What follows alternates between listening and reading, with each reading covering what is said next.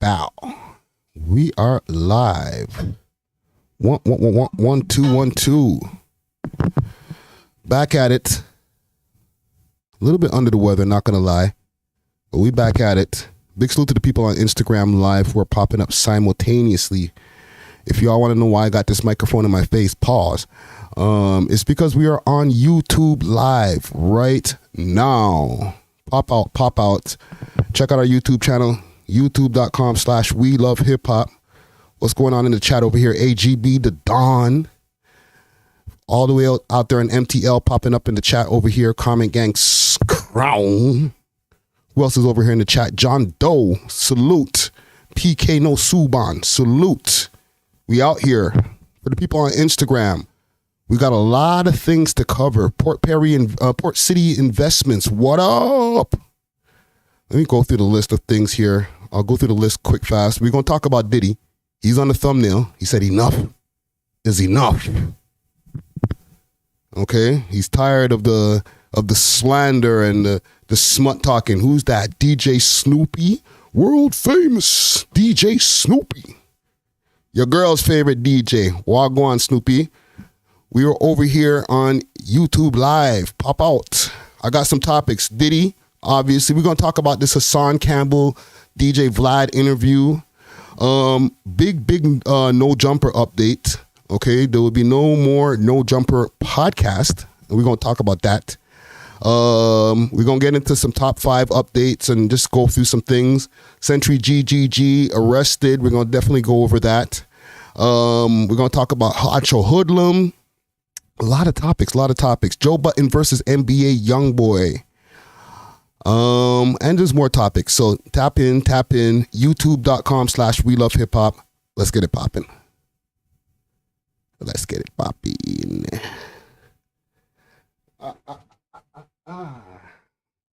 Yeah, gang, I've been a little bit under the weather. I'm not going to lie.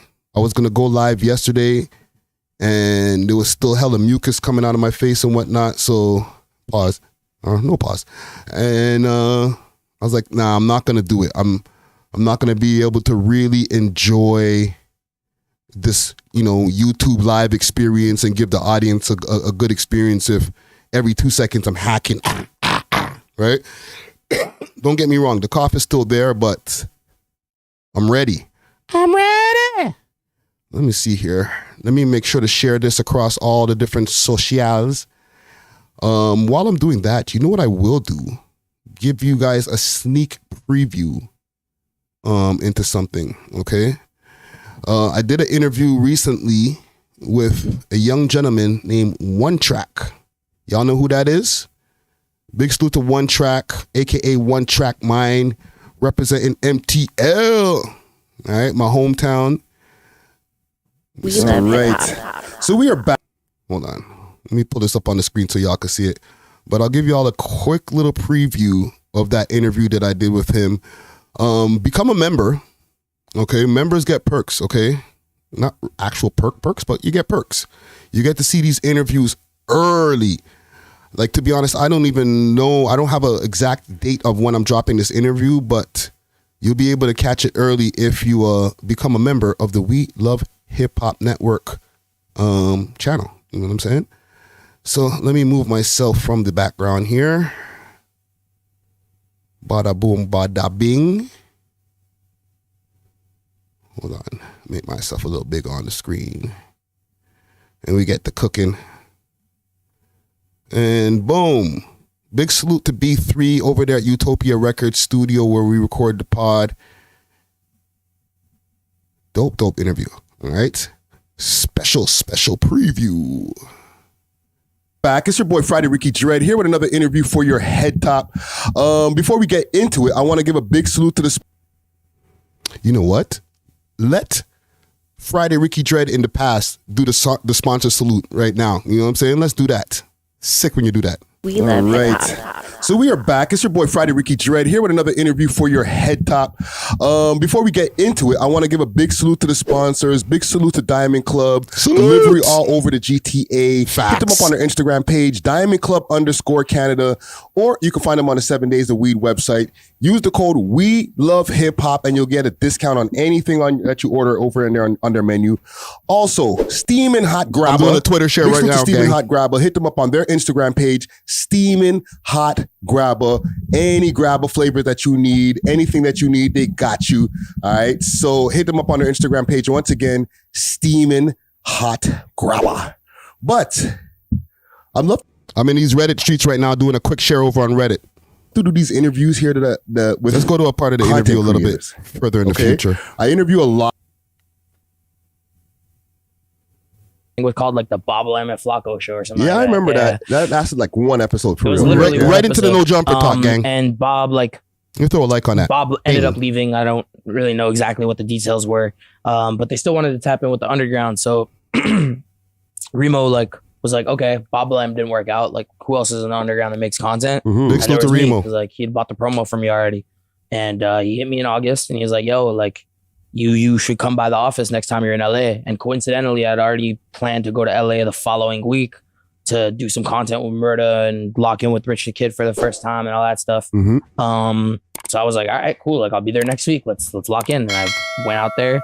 Before I went, like just before I went, Adam had followed me. So I was like, okay, clearly I'm on, somebody's radar. Yeah. Big salute to Big 22. And I went into the office and, they were telling me about this new venture that they were trying to get into. And now I'm here. Wow. Just a quick little preview. I did what I had to do in the background right there. You know what I'm saying? And like what Friday in the past said, salute to the sponsors. You know what I'm saying? Get yourself some of that Steamin' Hot Grabba, okay? And get yourself some of that Diamond Club. Seen? And big salute to I Religion that keep me with these glasses here. Okay, let's get to this news over here, all right? There's a lot of different things going on. I have a long sheet of things that I wanted to talk about.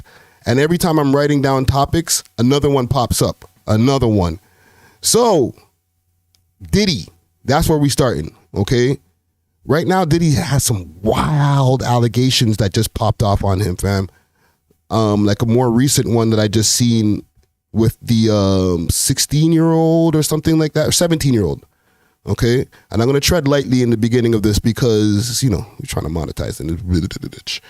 So, let me just pull up some stuff over here in the background because over the last, let's say, 3 weeks, almost a month now, people have been doing different reports on Diddy. People have been mad at people who don't report on Diddy. And it's just been a media frenzy, as they say. And Diddy decided, you know what? I've had enough of this. I got to respond. All right? So let's go through a quick response from the boy Diddy. So he said, and let me make sure y'all can see that in the background right there. Perfecto. Take that. Enough is enough. For the last couple of weeks, I have sat silently and watched people try to assassinate my character, destroy my reputation and my legacy. Sickening allegations have been made against me by individuals looking for a quick payout. Okay. Let me be absolutely clear. I did not do any of the awful things being alleged. I will fight for my name, my family, and for the truth. Sean Diddy Combs. Take that. Okay, so right now we have to keep in mind there's still more things that are, coming down the pipeline. Let me see what's going on here quick fast. Let's do a quick search. I'm gonna go up on Akademiks' page because I ain't scared. I ain't scared neither. But one second, because there's a new allegation that just popped off. Where should I find that? Because it's around. Let's go to 50. Let's go to 50. See if he made that post early. Maybe he did. Oh, there we go. Sean Diddy Combs accused of gang rape on 17-year-old gal. Broski. It's almost like everything lined up exactly at the same time. He spoke. He finally got it off his chest like, listen, I ain't do all of these things that you guys are talking about. That ain't me. All right? And we all know about him paying Cassie at this point. It still hasn't been disclosed how much he paid Cassie. But at the same time, the fact that he did pay her made him look a little bit more guilty in this case right here. Okay? So after all of his back getting kicked in, he decided, you know what, let me respond. But, and I don't want to get conspiratorial. However, the same time that the man's like, yo, you guys are wrong about these wild allegations, is exactly the same time that another wild like I think even the wildest allegation came out. Like, bruh, this might take the cake. So it's like the chicken and the egg. What came first? Pause. Was the 17-year-old allegation something that was coming down the pipeline that he's seen on the way and he's like, oh man, that one too? Let me get to clicking on this phone. You know what I'm saying? Get my side. Let me say something, because if you say nothing at this point, it's like almost as an admission of guilt, basically. So at this point, he has to deny. Okay? And should we respect it? Does this mean everybody should back off? Like, you know, you guys had enough jokes at this point. You could chill because I ain't do it. And this is my statement. Let me ask y'all in the comment gang. Comment gang strong. Peace, love. What up? Entertainment. What up? Road to success. What up? Ooh, that Gucci Ghost 133. Or no, 33. What up? Said 50 documentary is going to be crazy. Listen, man. There's a big conspiracy going around about the way that 50's dealing with the man. Okay? They're saying 50's playing chess, not checkers. And there's actually a side beef that kind of started off of this 50's diabolical ways of the way he's been sneak attacking Diddy. You know what I mean? Strategically weakening the ground from under Diddy's feet. Because originally when he got taken off a revolt, he had said this. All right. And then a lot of people already know about this. He said, I'll buy that from you, Playboy, for the lows, because you know Cadillac and AT&T gonna pull out. I'll give you a few dollars for it now. Sell it to me and we can be friends. I'm serious. Call my phone.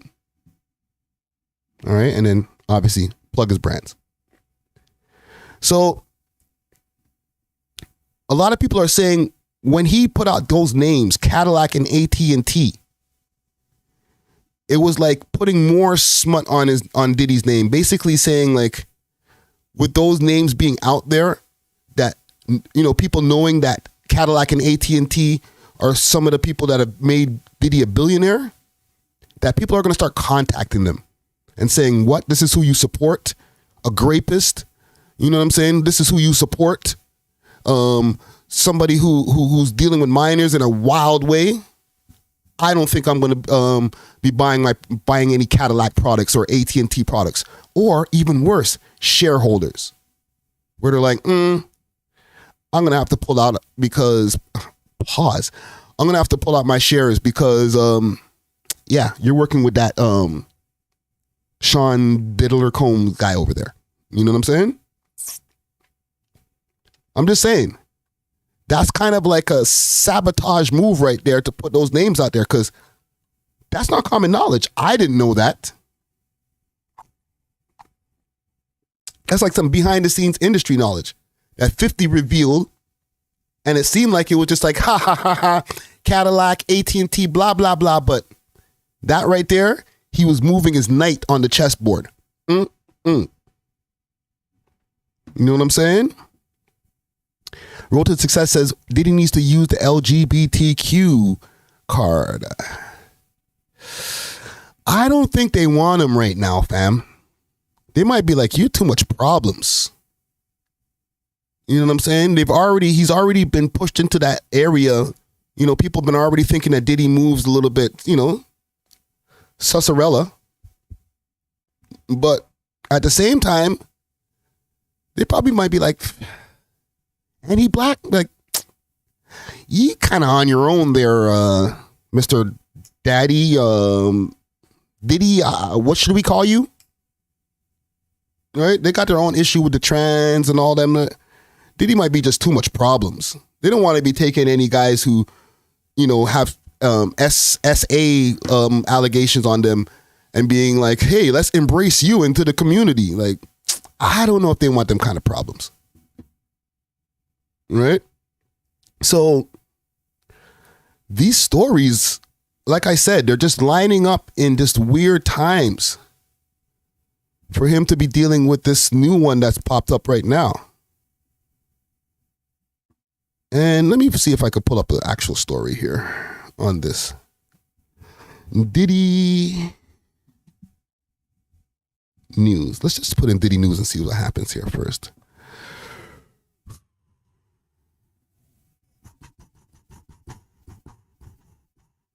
They're talking about him breaking the silence over here in these different articles. Diddy News, 17-year-old.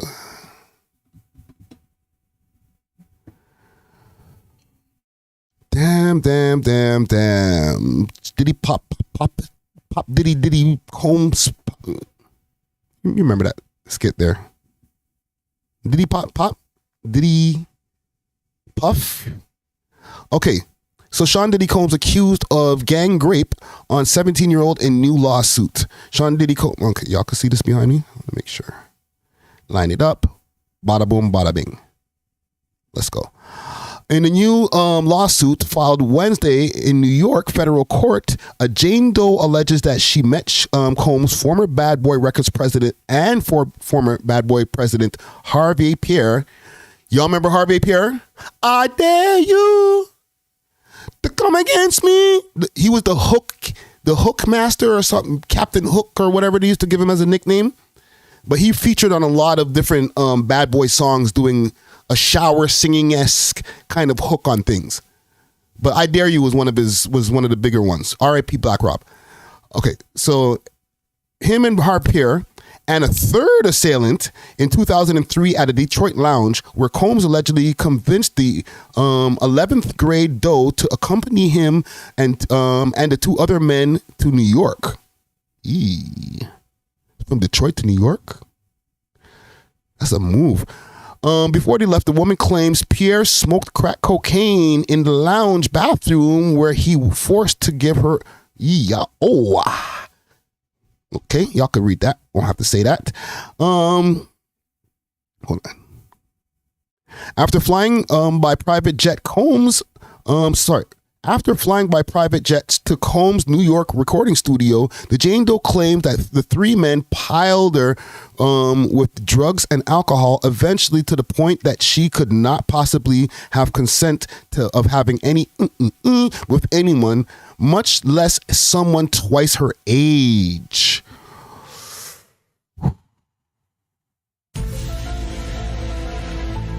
It's getting spooky.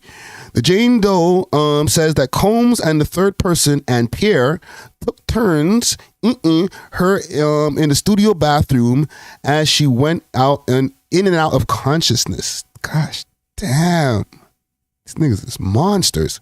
Allegedly, the suit claims that after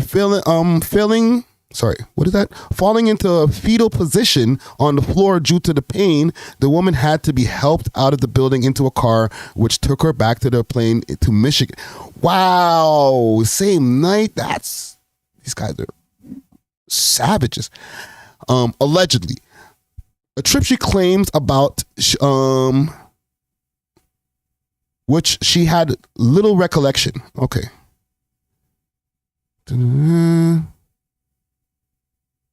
What made her? I'm just trying to see what made her come out now. They're talking about Diddy's statement here. Okay, so I guess now we got our answer of what came first, the chicken or the egg. She came out with the 17-year-old allegation and the grape and the flying her back to Michigan. Memories. Okay, so Combs has strongly denied all the allegations against him and shared a public statement Wednesday with "enough is enough" in the bowl to start. Okay, so I guess from this article, and this is courtesy of AOL.com, they're saying that these allegations came out earlier today. Fourth lawsuit now. And Combs is just like, yo, enough's enough. No more. No mas. Can't take it anymore. No more take that. Can't take any more. Okay? So, I don't know, Diddy. It's obvious to me, as far as the question of whether it's a wrap for him or not, it's a wrap. But my question now at this point, because I seen y'all talking in the comments over here, I see names that get mentioned, like Kells, you know what I'm saying? Entertainment says R. Kelly is also in search of a cellmate. Listen, fam, they might make some bangers in jail. Get those two guys in a room together for 20 years? Holy.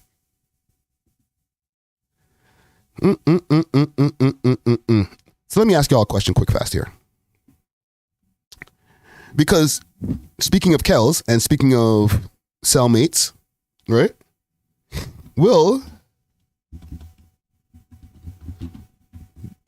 I said the word Will and Will Smith popped into my brain. Will Smith's probably like, thank God they took the focus off me. Will Diddy do jail time? Say that 3 times fast. Will Diddy do jail time? Question mark, question mark, question mark. All right. Comment gang strong. Let me know. Because this is number 4. We don't know if number 5, number 6, number 7 is going to come down the pipeline anytime soon. And, you know, obviously, I can't say obviously because we have to, I won't say believe all women, but believe women when, you know, there's unsurmounted evidence against this person too. You know what I'm saying? But there will be a few people who are going to be filing lawsuits that are probably on some caparoo. Okay? Let's not get that twisted. There will be a few people who file a lawsuit who Diddy will hook, line, and sinker, slam dunk, whatever different things, you know, insert there. He gonna win that case. But he can't win them all. Especially like, let's say we're on number 4 in 3 weeks. There's 4 cases. I estimate you'll probably have about 10 by 2024. And then at that point, that's a lot of fighting to do. Gucci Ghost 33 says he got too much money. Listen, fam. Remember what I just mentioned right there. 50 is playing chess. So, what he said, let's go back. Let me leave this one up here. Pause. Hold on. Let's find the one that we were talking about. Right here. Cadillac and AT&T. All right? If these two companies back out of the Diddy empire, whatever amount of money that he had prior to this is going down. So whatever his net worth was, you know, let's say he, you know, he's reported to have $1 billion, blah, blah, blah, blah. When these companies back out, that's going to go down substantially, let's say. Let's see. Diddy net worth. It says exactly $1 billion. Okay, see that right there? Boom. A Billy. So let's say that gets cut in half if these two companies back out. All right. I'm not going to do any real math here. I don't know the logistics of what's going on with the man's business. Okay. But let's say it will even be fair and cut it down even a little bit less. Let's say that 1 billion becomes 650 million after those two companies back out. So he's still over 500 million. All right. You think that's going to be enough money to keep him out of jail? He's obviously been better with his finances than R. Kelly. We found out with R. Kelly that man didn't even know how to read once he got locked up. Okay. And was in a lot of debt. So we can't really speak for Kels. You know what I mean? So he's a bit slow. He sing good, but he can't get right. You know what I'm saying? But Diddy has way more bank. He's made way better decisions financially that might be able to keep him out of jail for the long run. Okay? He might, and this is just, playing one side of the fence here, let's say. He's able to keep the money flowing all the way till all of those cases disappear. After that, he's going to be left with probably about 200 million. Okay? After all legal expenses, all types of stuff. Okay? You got to be flying around, going back to court. You're not making as much money in the meantime because things are starting to dry up. People are not paying into your lifestyle as much. Okay, we're not thinking about the same amount of money or the same amount of money, cash flow coming in, income just flowing in. The income is also dwindled as well. So he's not making as much as he used to right now. And he's not going to come back. He's not going to be able to bounce back to pulling in, let's say he pulls in 3-4 million a month or whatever he does. That's cut in half right now. Okay. So he might have to start making, he has to start tightening things up. Get ready for a war. Because all of these allegations, they don't even sound like, he was getting, and don't get me wrong, doesn't excuse any of these other guys, but he doesn't sound like he was just being a little bit too handsy. Like this last one, Harv Pierre, and some next unknown person flew a chick all the way from Detroit, or I guess drove her, or I guess they flew in the private jet. Yeah, they flew in the private jet all the way from Detroit to New York, did whatever you allegedly did to her, and then sent her back. These are some complex allegations. These are some complex moves that you guys are doing to get to, to take the pussy. Like, listen, it's to the point where some of it sounds so crazy. It's like, I can't even believe it, but I'm not just going to leave it to be like, oh, well, come on, that sounds too crazy. No, that could never happen. Like, bruh, we never thought the Cassie stuff could be true until we heard it. A lie? Or do we just always think that Diddy was out here smacking the shit out of chicks and doing whatever he wants? Did we always think this way? And then now it's just getting exposed, or we're kind of surprised? I know I'm surprised. I'm like, damn, bro. I knew you were a little weird and you want the party, but fam. So I predict, myself, I don't think that he's going to get jail time. However, they're going to squeeze him until the bank's down to like a quarter of what he started with. Okay? 1/4. If he has $1 billion, by the time the smoke clears, 250 million is what he's going to be sitting on. Okay? He's going to have to get used to being a 100 millionaire now, which is fine. Hey, I'll take it. But, the freak offs are going to have to come to a minimal. You're not going to be able to pay for as much NDAs. rehab might be a thing. Like, you got to clean this up, my guy. But yeah, I don't know. I don't even know who to salute in anything like this. Like, Diddy, you're on your own, my guy. Okay? Let me see what y'all are saying in the comments over here. Alan Watts, what up? We got a nice little crowd over here. Tony Black, what up? Bob J, what up? Said if he was to get jammed, he would have been in already. I don't know about that, bro. I feel like it's only been 3 weeks. It feels like it's longer, but it's only been 3 weeks. And the man's just getting like machine gun. Here's a case. You get a case. You get a case. You get a case. Like, damn, bro. I'm telling you, the night is young. We might wake up tomorrow. He might got another one. I'm just trying to tell you. Will Diddy do jail time is what I'm asking here in the poll. 40% says yes and 60% says no. Saying money long, lawyer strong. You eat the case. Okay. Speaking of people who are dealing with some kind of, mental health issues, with all due respect, Hassan Campbell. Now, y'all remember Hassan's incident in front of his projects over there in Bronx River.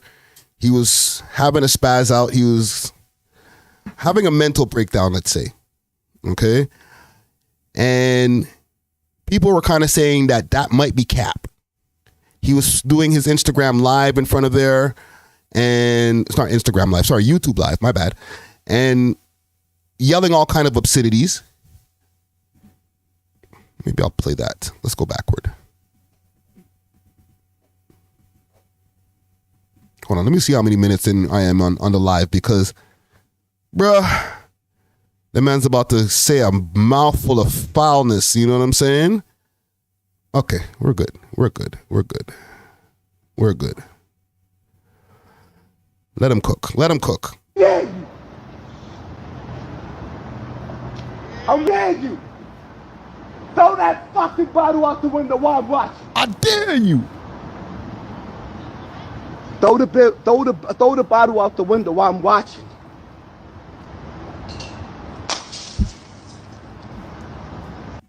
Yo, that was the craziest. When the bottle first hit, it's like he was watching the live too. Like, throw the bottle out the window. I am, nigga.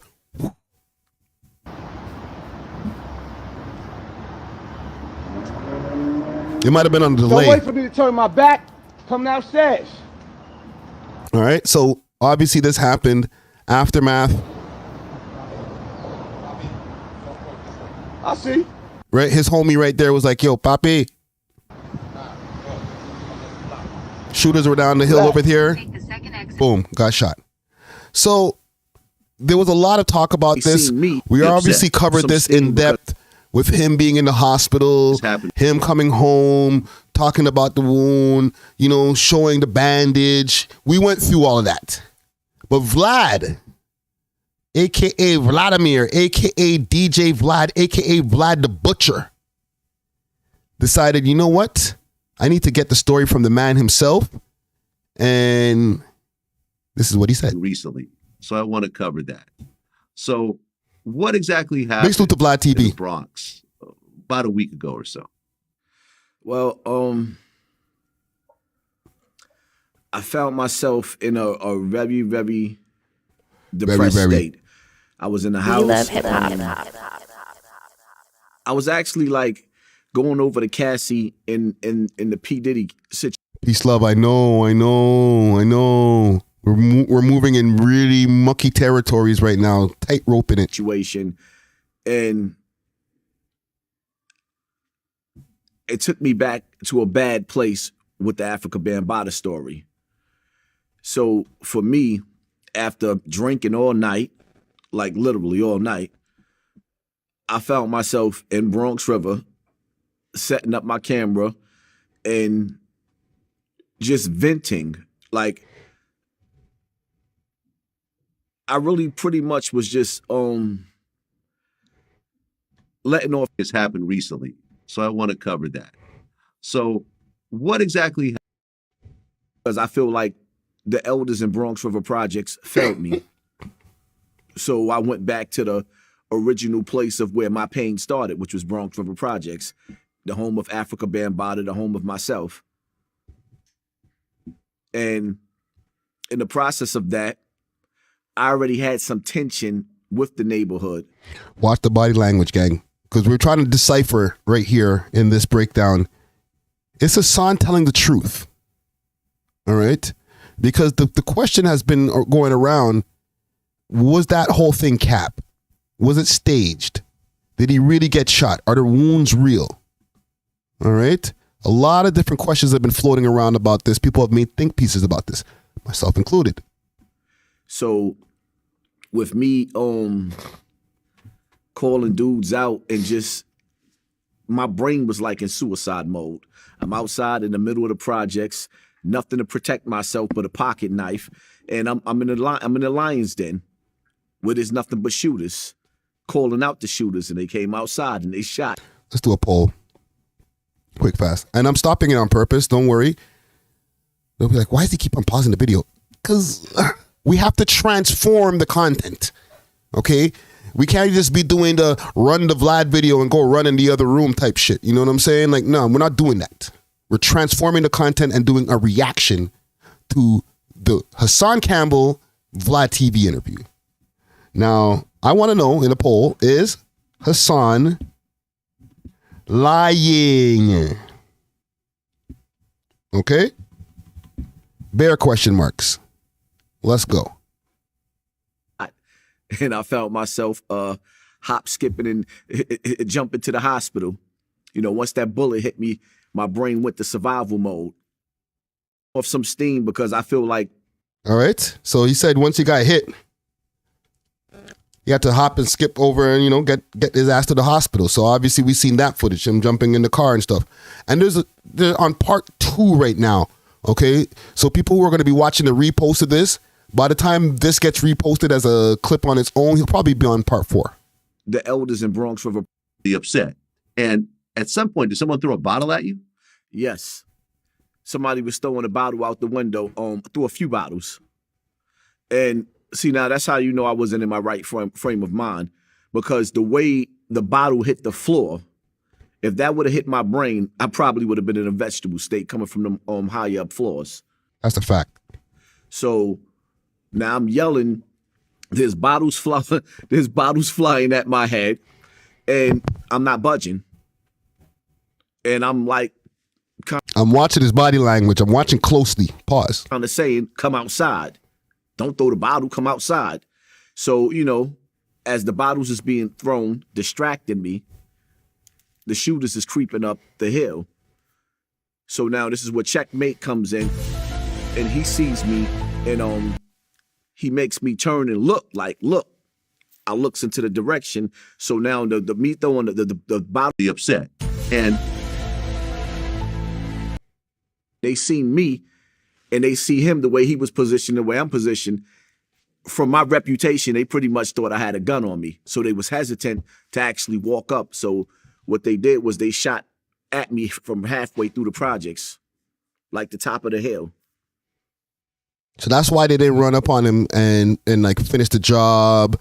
This is his explanation, okay? We're trying to decipher, is this a real story he's telling right now? Or are we still doing it for the clout? COE, you know what I'm saying? Content over everything. okay. And like I said, I watched the video, and you were talking really reckless. Greasy. Leading up to the situation, just to be fair. You were like, I'm going to go out with everybody, step outside. I don't give a fuck who got a problem. I'm here. I'll stab your ass to death. Okay, so we won't get in. That's pretty much what I have of this clip here. Like I said, there is another clip that's available currently on Vlad's channel. Let me pull that up quick fast. All right. They're on part 2. Excuse me. They're on part 2 right now. Okay. on going to the hospital after getting shot. Now, I'm not going to push my luck and go into that, but he did mention in this, It's first tracks and he did mention in this how he was able to get the bullet. Because if you guys remember the other video of him in the hospital, she showed the actual bullet that came out of him. And he also explained that he got hit with one shot and the shot went in from the back and came out the shoulder. All right. So he was able to retrieve the bullet. And I guess I'll give you a quick, I'll push my damn luck. Heal this brother or help this brother. They got pissed off. They came back, asked me some questions or whatever. People that you probably don't know just try to kill you. You guys were involved in a crime together. Okay, he's asking him about if he would tell. Like, you're just literally, you're not posing a threat to anybody at that point. And ultimately, hold on, it's probably right here. It's all staged, but there's an actual police report. There's an actual bullet. You're actually in the hospital. I'm sure if I asked you to take your shirt off, you could show me the wound. I'm not going to ask you to do that. But I didn't see this as bullshit at all. Okay, so, Vlad doesn't think that it is cap. Okay, Vlad believes him. And that's fine. Like, very serious. I'm not telling you whether I believe him or not. I'm just asking. Very, very serious to the point to where that, it became a game of it's not real instead of, okay, what could we actually do to figure out how to, heal this brother or help this brother? What's the problem? Nobody wants to get down to the root of the problem. Root of the problem being that he's still dealing with the mental trauma from SA that he had to deal with from Africa Bambaataa back in the 80s. Okay? And we're going to get to that. The police come in, and do you cooperate at that point? Absolutely not. The police came in. They asked me who shot me. I said they had masks on with badges. They got pissed off. They came back, asked me some questions or whatever the case may be, and I made it clear to them I'm not testifying. Maybe this is where it talks about the bullet. 1 second. So you guys jump in your car and they finally do the operation and they pull. Okay, right here. Yeah. Okay. And they finally do the operation and they pull the bullet out and you actually showed it, on your YouTube video.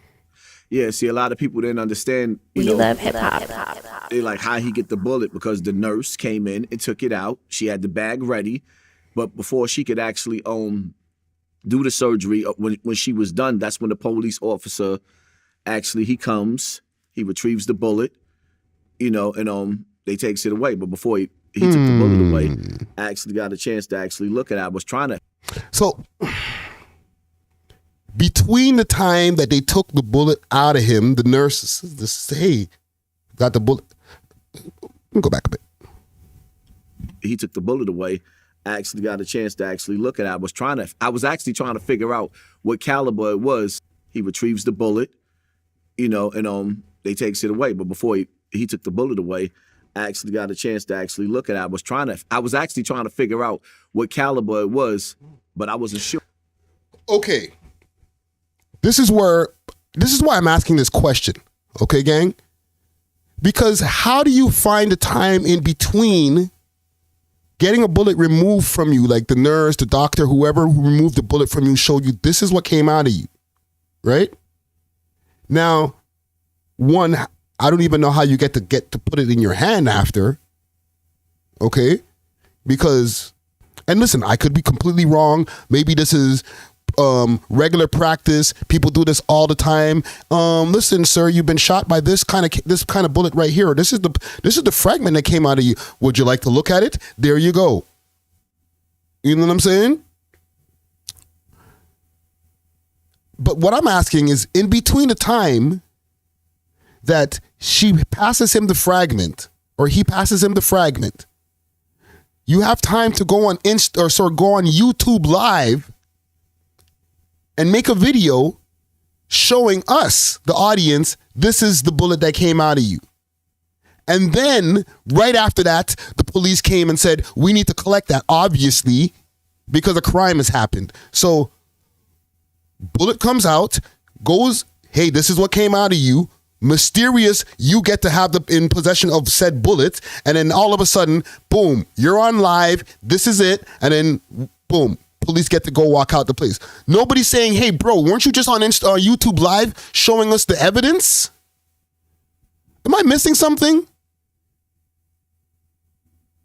I smell fish.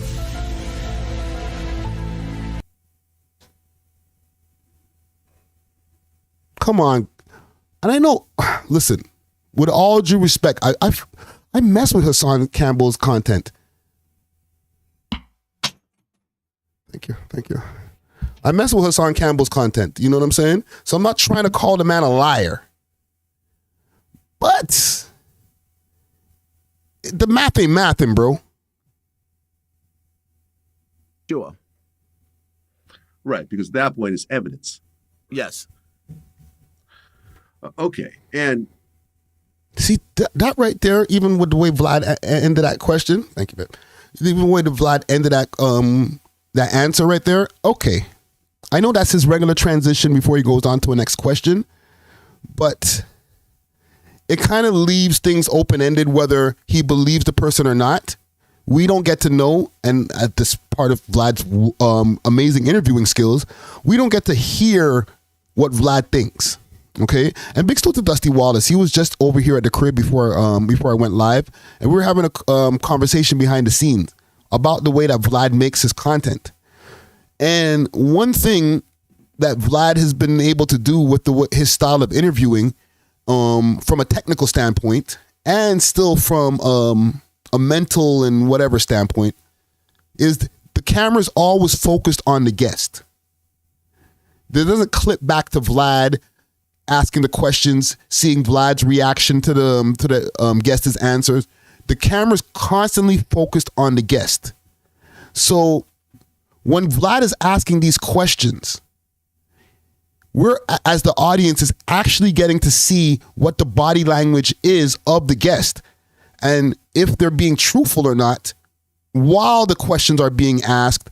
While they're finished the question, and it doesn't cut back to the host, you get to see if they actually believe the shit that came out their mouth. Now, Hassan seems very stoic. Like he's telling the story. He doesn't seem like he's lying. He's shot from the hip. And that's my story, and I'm sticking to it. Who said that? Road to Success? It said interrogation vibes. Yeah, he's been there before. He knows how to do this. A Vlad interview is soft. It's a soft thing. It's baby food. You've been in interrogation rooms multiple times, so I'm not going to go on a Vlad interview and play myself. But what I want to know, and I'm asked this in the poll right here, is Hassan lying? 78% of y'all say yes. Wow, that's crazy. Sorry about that cough, gang. Still getting over the sickness. Entertainment says stick to the script. Listen, this is part 2 of the interview right now. I feel like Vlad has a real knack to get into it when it comes to really getting the answers out of these guys. And it's based on a combination of things, like I just explained. Just that camera focus always on the guest really does a lot. Okay, this is why guys like the Art of Dialogue, Say Cheese, and different people, they've, besides other reasons, they've adopted this style. Because when you're staring at just the guest and the way that they're talking, you really get to see, like, bro, are you lying or not, bro?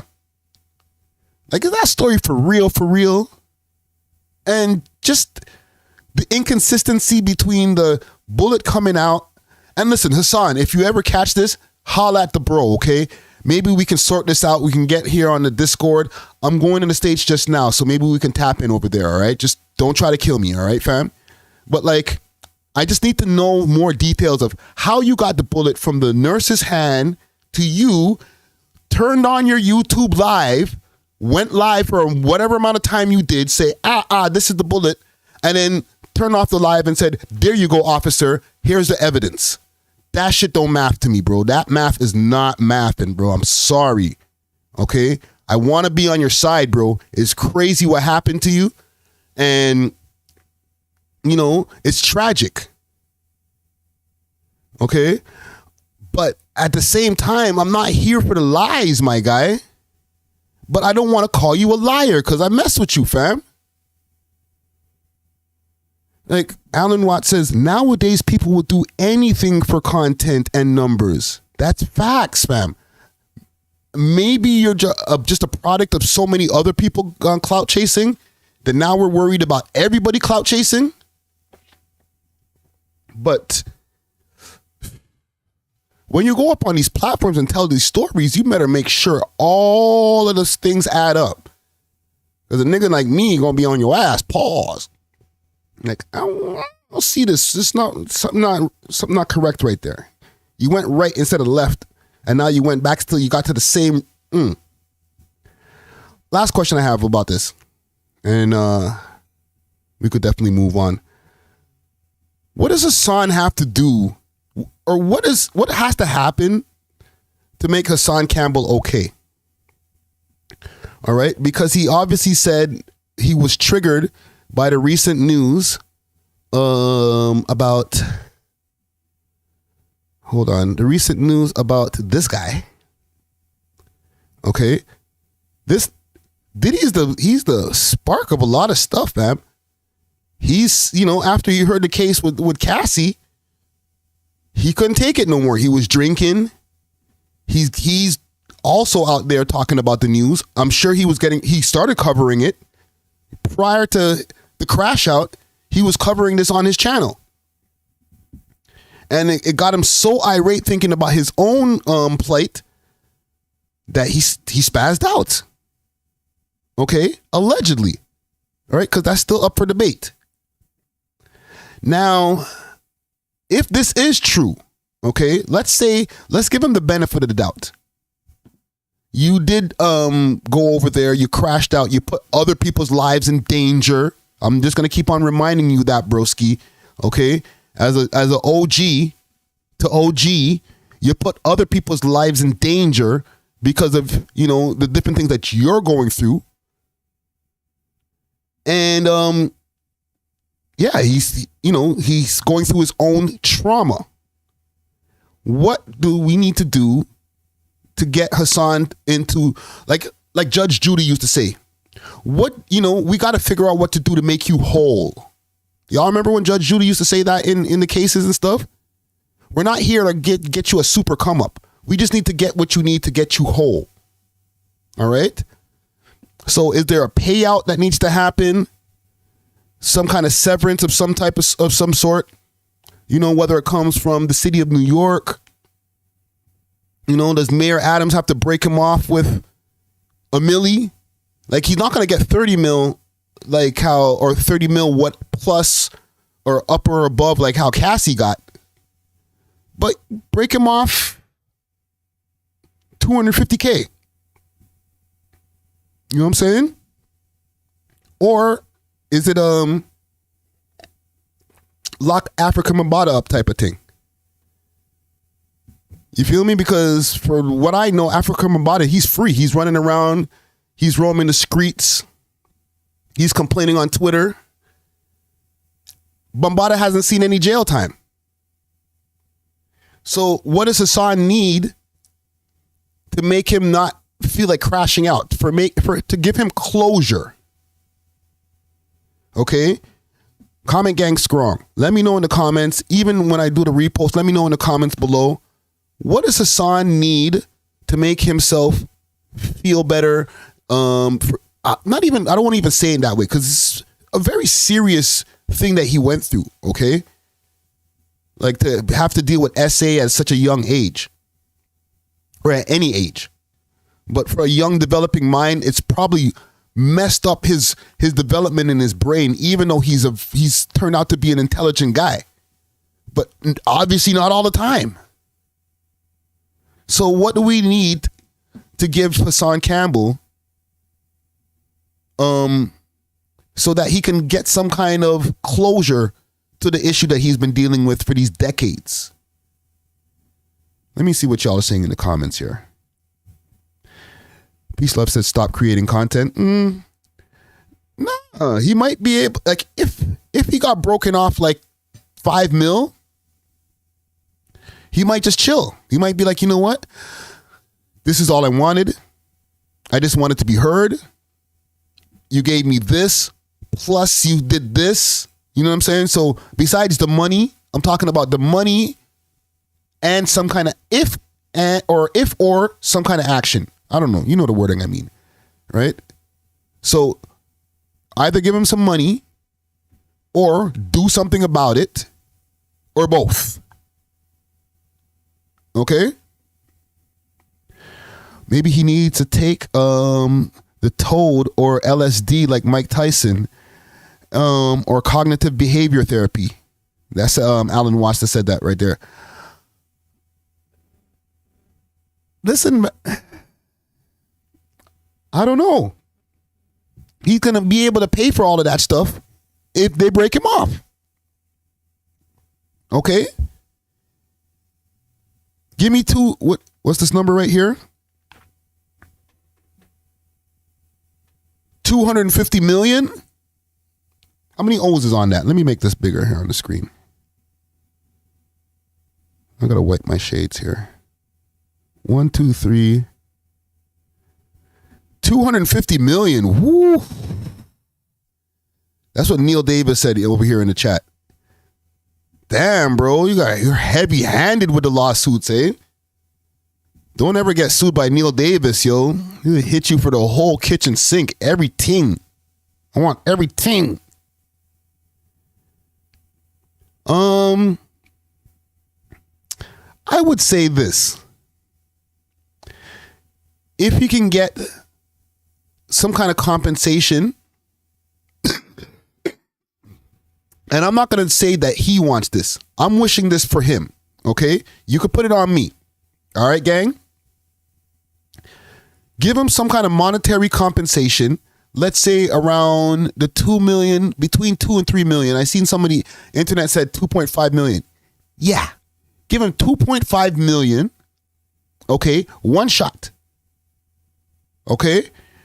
2, arrest Africa Mambata under the Victim Protection Act, even though it's kind of late, you know, it's already past the date.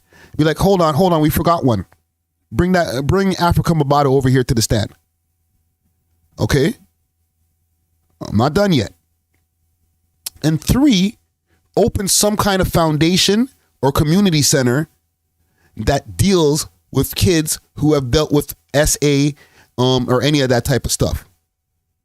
All right? Entertainment, my bad. Calling you internets, my bad. I'm wilding. But yeah, 2.5 million, lock up Bambata, and open a foundation in the name of the Zulu Nation. Open the Zulu Nation Foundation, okay, for children who are victims of SA. Bow. You're welcome. That's for free. All right? I'm not even going to cut it out of the replay. Y'all can have that one right there. All right? That right there will make my client Hassan Campbell have the full closure that he needs. All right? Hassan, holla at your boy. You know what I'm saying? I got you, gang. Yo, Benzo Gaming, he said, nobody cares about the bipolar chick Hassan.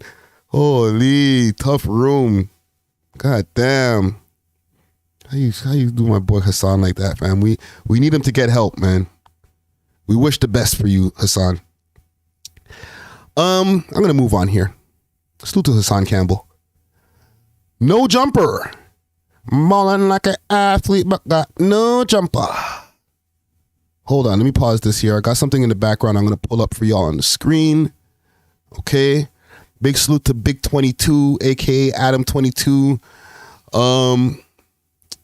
I think the show, they just wrapped the show For the Love of Lena. I didn't go back to episode 3 to see who was the winner. To be honest, I'm just not that invested into who's going to be plowing his wife next with him. And you know what I'm saying? I'm there for the no jumper content. I'm there for the hip hop talk or even some of the drama. But I'm sorry, I got to pass when it comes to who's going to be banging your wife next. With all due respect, my guy. You know what I'm saying? However, he has reported that the No Jumper show, okay, has been canceled. Now, this is not the No Jumper platform, obviously, because you see the news, you see them doing interviews, that type stuff. But for the people who don't know, the No Jumper show was something that he started back in 2017, if I'm not mistaken. And that was him, Cam Girl, House Phone or Lil House Phone. And they used to just chop it up every Tuesday. A lot of that stuff was live back in the beginning of it. Let me see if I could pull up some early ones. Let's go to oldest.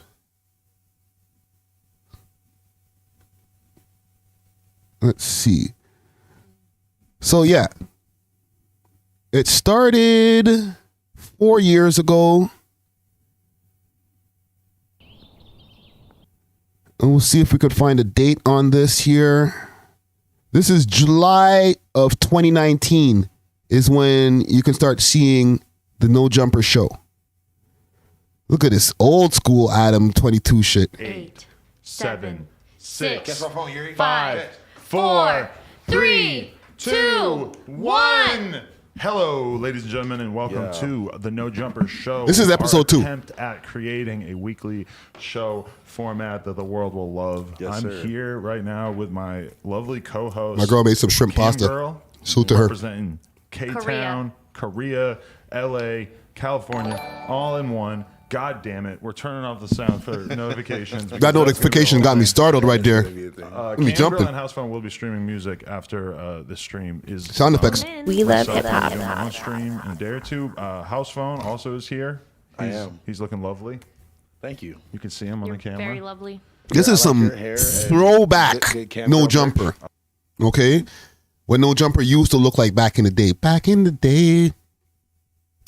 So it evolved over time, obviously, and people have come out in and out the door.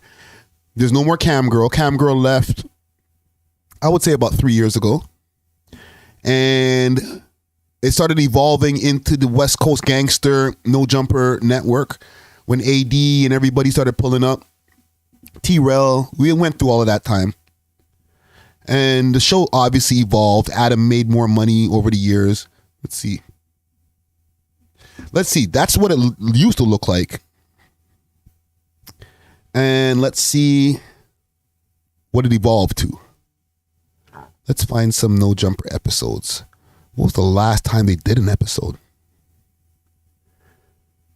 Because they stopped doing it live, let's say about a year ago, so that they can maximize the amount of money that they can make from it. Holy smokes. I'm here looking for a thumbnail of the No Jumper show, and it's not easy to find. Holy smokes. When the last time they did one of these? I gotta go 2 weeks ago, and they still don't have an episode. Damn, you haven't been doing this for a while. The Adam and Wack show, he's obviously doing that.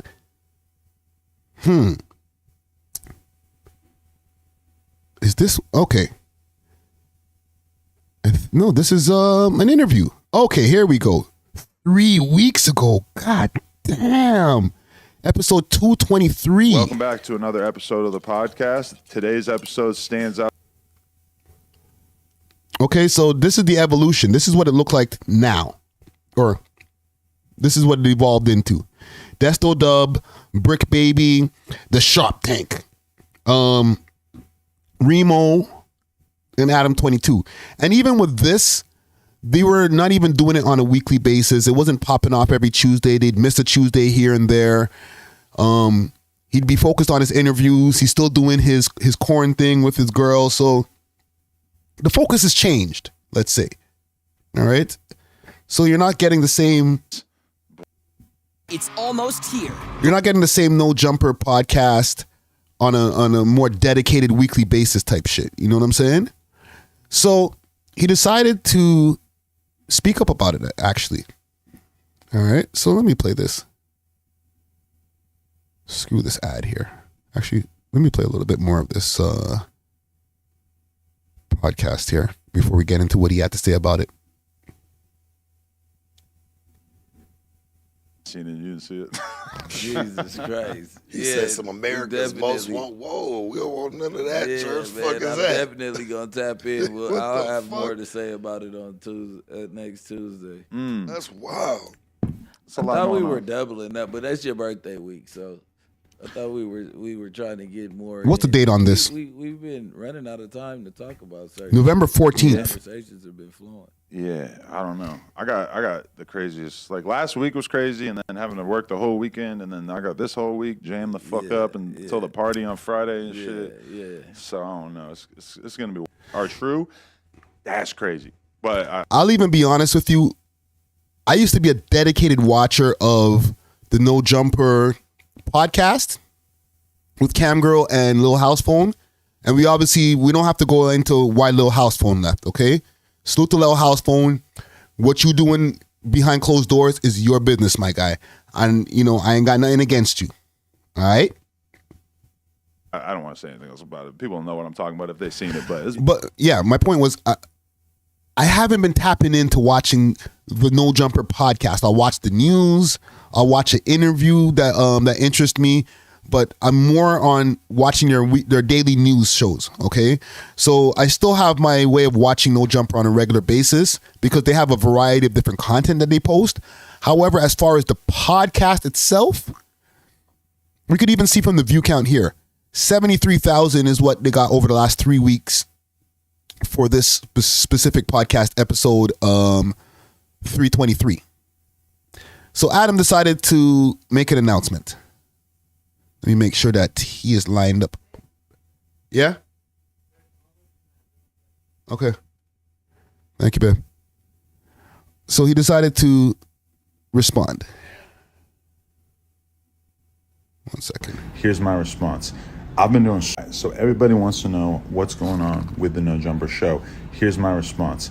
I've been doing so many fucking interviews lately. Like when I look at my calendar, language, my guy. This week alone, it's like 2-3 interviews every single day, and then I also have to do the plug talk shit on top of it, plus trying to do meetings and business shit and all that kind of stuff. And at a certain point, it's just like I don't really have the fucking energy to really do a great job at the weekly podcast thing and just, have all my takes lined up and really do it on the level that I want to do it. So as a result, I kind of just decided I'm going to chill for a little while. And if I feel motivated to do it in the future, or if the interviews slow down or whatever, then I guess I'll probably bring it back. But as far as right now, I've just been, if I have something I really want to say, I say it on the news. But other than that, I just really haven't felt motivated to do it. So that's my response. So there we go. He's done with it. Everybody wants to know what thing and just, have all my takes. He's just not feeling the whole podcast vibe. I'm going to unpack this a little bit. I don't think there's a lot to unpack because I feel like it's pretty obvious. When you watch the Adam and Wack show, he's over there. He's giving a lot of energy to that show. That show gets a lot more views than the No Jumper podcast itself. And even on that show, he seems annoyed. Okay. He pops up on the news, like he said, when he needs to let some shit off. So he'll go talk on the news. If he has to, get spicy, make an announcement, fire somebody, etc., etc. However, I don't think that Adam has the same type of motivation anymore. He's made a lot of bread, okay? And it's natural for him to go through this. Like, he just doesn't have that same kind of hunger when it comes to doing podcasts with all due respect to the people around him. He does have some smart people around him. Don't get me wrong. But, and listen, no glazing. Adam's a smart guy. He's watching political podcasts. He's watching podcasts about all these different types, or listening to podcasts about all these different types of things. He knows how to go on his own network and speak without cursing in the first 5 minutes to 10 minutes. He knows how to have a conversation with a gangster rapper, and then, I don't know, some kind of pundit or somebody who, a Destiny who likes to debate with people and stuff like that. So he's able to have different ranges of conversations. And this is just my assumption. I'm not in the man's head. I don't talk to him on a personal basis. But just from what I'm seeing on the outside, it might be exhausting to have these podcasts with a lot of gangster niggas who they don't follow the rules. They do a lot of bad podcasting sometimes. They be motherfucker this, motherfucker. So they curse like crazy all the way through. Like every second word is MFer. So you ain't gonna monetize that piece anyway. So let me just get off of this. Like, he's probably trying to tell mans to do as much as he can. Like, bro, there's certain ways that you got to handle this YouTube and the algorithm and da-da-da-da-da. Oh, we hear you, Adam. Yeah, no, don't worry about it, church. Okay? And then get back on the air and be like, ma F this, ma F that, ma F this, and my nigga. And it's like, it doesn't seem like stimulating conversation for the boy 22. This is just my outside opinion. I can't speak for the man for sure, I would say once again. But from the outside, I'm just like, I'd be exhausted after a while, my guy. So, the time that he's getting the most enjoyment out of making content is when him and his girl are sitting there maybe talking to some bimbo girl who, says like, oh my God, I like purple. I even like when I dye my hair purple streaks. And he's like, well, this is a stupid conversation, but they're going to smash after anyway. So he's like, whatever. You know what I'm saying? And it's easy. The money makes itself. He just has to make sure that he's hard. Pause. You know what I'm saying? Ben's game saying, yo fam, I'm going to get to these Canadian topics. Don't worry.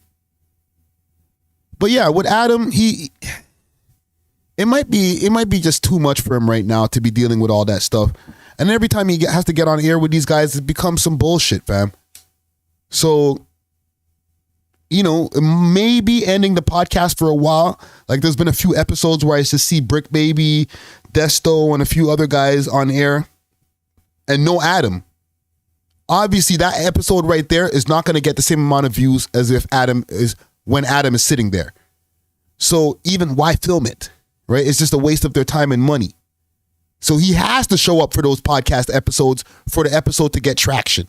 And 3 weeks from the episode that he dropped 3 weeks ago, only got 73,000 views on his channel right now from 3 weeks ago. So being a smart businessman, this might be the right move. You know what I'm saying? But salute to Adam 22, man.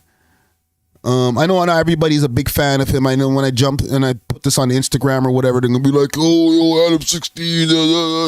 Listen, bro. I'm not trying to make y'all niggas like the nigga or something like that. I'm just saying, like, he's a smart guy. That's all I'm saying. But salute to him. Anyhow, mans are like, yo, get to some Canadian shit, bro. Shut up about all these Yankees, fam. Big salute to Ben's Mob Gaming, yo. Let's get off the Yankee thing, bridging. Let's waste American topics. I'm paraphrasing, obviously. About the fact that the DVP 401 and how the man them can organize and contract. Listen, a lot of niggas in this city, they on their own. I gotta be honest. A lot of these niggas in the city, they be trying to wait for other niggas to figure out how they're gonna blow up. You know what I'm saying? To me, I'm like, if you're waiting for another nigga to help you blow up, like a nigga told me in a DM the other day, yo, I'm about to blow. They just gotta they just gotta let me in. And I said, who gotta let you in? Ain't nobody gotta let you in, bro. You just gotta do what you gotta do. If you're waiting for somebody to let you in, you're gonna be waiting a long motherfucking time. But speaking of Toronto, Century GGG was recently arrested. Okay. So let's skate to that topic right there. Let's pull up one of our colleagues over here. Let's pull up one of our Toronto blog pages and see what's going on. Let me see if y'all can see this behind me. Oh, nice sweater. I like that sweater. So 101. Let me find the Century GGG thing here. Damn, Diddy bop. Where is the Century GGG news here? Give me a second, gang. These niggas post a lot of stuff. You know what? Fuck it. I'm gonna go to, okay, this might be it here. So Century GGG responds to rumors that he was arrested in Edmonton. Okay, this is from a day ago. He put the snooze emoji. For y'all, do y'all know who Century GGG is? I think it's pretty obvious. He runs with Top 5. You know, he's one of the GGGs. And he was recently on the live with Akademiks. Okay, let's find some more stuff. Because Ak did respond to this here. Let me go on 6 Sounds here, quick, fast. Big salute to 6 Sounds. 6 Sounds Entertainment. Fam, sometimes I go to these different pages. It looks like they're almost the same. Like I literally seen some of the same thumbnails. I know mans do collaborations and stuff like that, but Jesus Christ. Jesus Christ. Let's see. Akademiks had something to say about this. Okay, so DJ Akademiks comes to Century's defense. Jeez. You need me to put the 2 in there. It sounds like pause. DJ Akademiks comes to Century's defense as he reacts to the criminal charges. He says, and y'all can see that on the screen here, he says, what the F broski ain't do it. He a real one if you ask me. Okay. And for the people who don't know, he was arrested recently in Edmonton. And here's a copy of, I guess, the police report here. So 26-year-old male, blah, blah, blah. I'm not going to say his name. Well, y'all can see it on the screen here. Was charged with the following offenses: possession of a scheduled substance for the purpose of trafficking, possession of proceeds of property obtained by crime over $5,000, possession of a scheduled substance for the purpose of trafficking, fentanyl, possession of a scheduled substance for the purpose of trafficking, carrying concealed weapons, prohibited device or ammunition, unauthorized possession of a firearm, possession of a loaded, prohibited or restricted firearm, possession of a scheduled substance, HTA, driving without a license too. And a warrant for first degree M in Edmonton. Oh, and a warrant. God damn. That's a lot. That's crazy. All right, for the people who don't know who Century is. We rolling you up. In the trap, I'm running it up. In the streets, I'm fucking it up. All right. But to Century GGG. Holy smokes. So this is going down right now, actually, where the man's facing a lot of charges. That's a hefty load, bro. God damn. What are these other niggas saying in the streets? So far, this is pretty much the end of the timeline. I don't see a bunch of people jumping out the window saying stuff, because a lot of the times what happens with these Toronto rap incidents, when somebody gets locked up, it's it's more when somebody passes away in a more somber way, unfortunately, where, you know, the ops pop up out the word works and start talking and saying, ah, ha, ha, ha, right? They start dissing. But the one thing is, you know, one thing we don't do over here is we don't wish jail on no mans over here in Toronto, okay? Unless they're the diddlers and the rats, obviously. So we're not hearing a bunch of his ops popping out the window, laughing at him or anything like that, because that's just not the way we move over here in Toronto. You know what I'm saying? It's just not a thing. It's not a thing. So Century's in a... Bruh, when you really take it in, when you go through the whole crew, there's a lot of guys from that camp who's been locked away right now. Okay?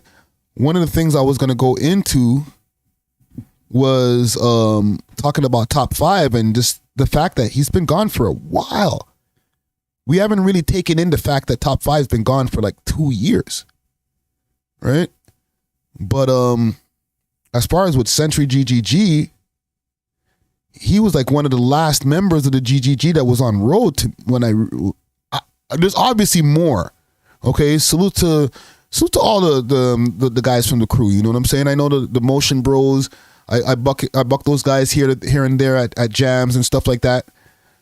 But it just seems like the boy them have a hard on for these niggas, yo. Holy. And I'm not saying that mans are angels or anything like that, but like, we're in a big ass city and there's a lot of stuff going on. So when you start seeing like a lot of coverage just on like one set of people, you know, the boy them they're moving in a different type of way than they're usually moving with everybody else. I'll just say that. They're putting extra attention, we'll say. So with that being said, I don't really know how many of the man them are left from the crew, right? This might be a concerted effort to take down their whole crew one by one. You know what I'm saying? Like, I don't want to get into the tinfoil hat territory, but if I must. Okay, and this is with all due respect to anybody who's allegedly be hurt in any incidents or anything like that, okay? Because I want to be respectful to all parties. But when the boy them are ready to take down a quote-unquote alleged gang or whatever, somebody says, who's that who said that in the comments right here? Juicy Hamburger says, YSL Rico of Canada. Yeah, but see, because we don't do the Rico, they'll do these investigations and do raids or, you know, projects. Okay? So they do that. But I think with these guys, or I guess the way it moves over here, they're just going to keep on doing these projects, raids, one by one, snatching up different guys. And that's how they do it, rather than do the style that Fannie Willis and all those different people are doing in the States. You know, just doing a RICO case and just scooping everybody up and then putting them all in the same case. Because even with the... one second, gang.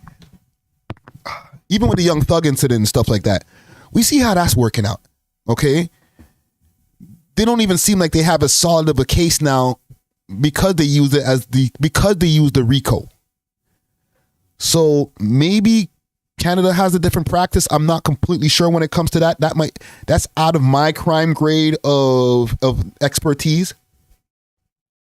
But the way that it's looking from the outside, where, you know, us in the audience is looking, it just seems like they're just trying to do a one by one. You know what I'm saying? Until like there's no more members on road without having to do a project. Okay? So listen, I just hope that, you know, when it comes to these cases, you know, just not in particular just because I might deal with any of these guys on a personal level or anything like that. I just hope that a lot of these allegations are just not real. You know what I'm saying? You know, they're innocent of charges if they are innocent.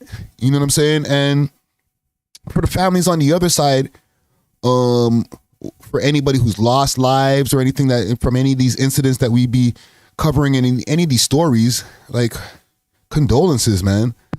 Because in the end of the day, it just looks like just a lot of pain being transferred from place to place. Okay? A lot of this stuff is over like beef, territory stuff. Some of the stuff be online stuff to me, but I don't think it's as much online beef that turns into real life as people think. Okay? But in this end of the day, you know, entertainment says I'm crossing my T's and dotting my I's. Yeah, for sure. Okay, I mess with Century GGG. I premiered one of his songs the other day on the podcast, and the nigga shit goes hard, yo. So, you know, I just want the best for all of the man, them. End of the day, you know what I'm saying? Apes and gorillas be vibing with vibes. You know what time it is, nigga? We be in the fucking trenches. I feel the fucking safest. You know what time it is, my nigga. You already know, man. Be the real man. We out here, man. We stay running these streets, my nigga. GGG, you already know how we rock, my nigga. Big salute to Century GGG, man. Hold your head, brother. Okay. Let me stay on Toronto for a quick second.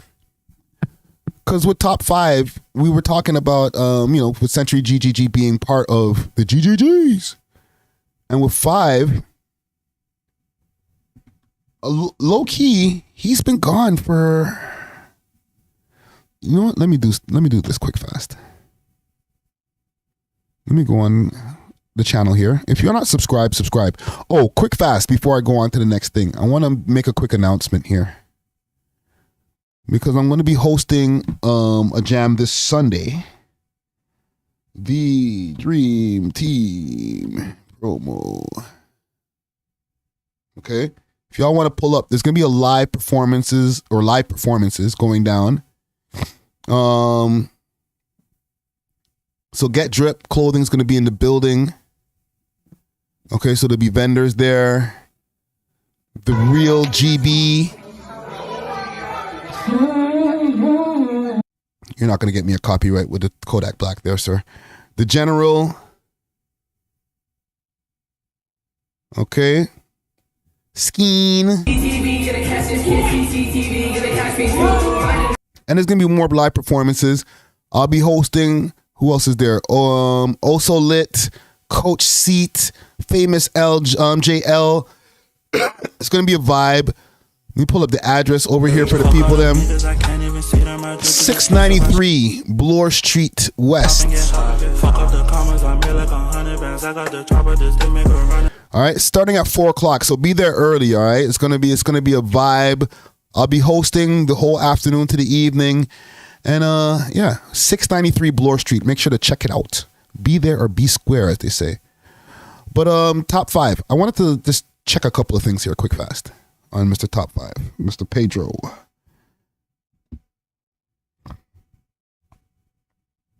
Let me go back in time. Top 5. See these thumbnails here? Y'all can see behind me on the screen. Anytime you see a thumbnail with the orange jumpsuit, that means that's from a long time ago. I'm trying to just get into a quick timeline of. So a year ago, he was extradited back to the U.S. Back to Canada from the U.S. My bad.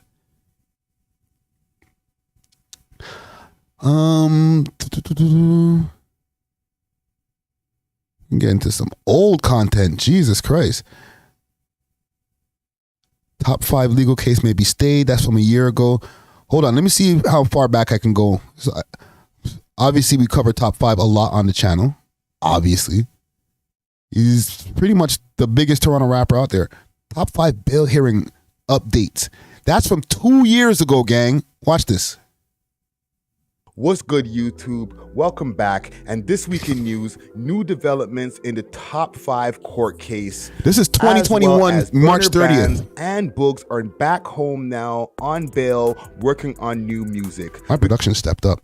Got all that, plus new music. So this is news from the 6th, where we hit you with that real Toronto shit. And I'm your host, Friday Ricky Dread. Now, before we get to anything, I need you to do me a favor and top 5 court case. And let me just note to you right here that, we could only give so much information just to respect the privacy of top 5 as well as the families involved in this case right here. Okay, so right now he's been with. Okay, I'm not gonna go through that all that, but this is from March of 2021. We're in 2023 right now. Can we go back further? Gang, how long ago did this case start? This 3 years now that top 5's been in jail, because I have it written down on my list, an update, thinking that it's been 2 years that he's been away. But he might have been gone for 3. That's crazy. Let's see.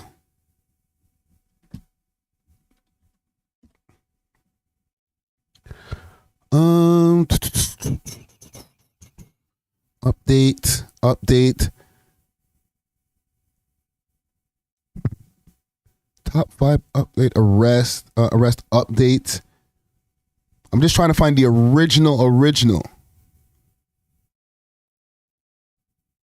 Run ends, that was 2 years ago. Jeez. This is like an old case now, gang. Top 5 update from a year ago. 1 second here.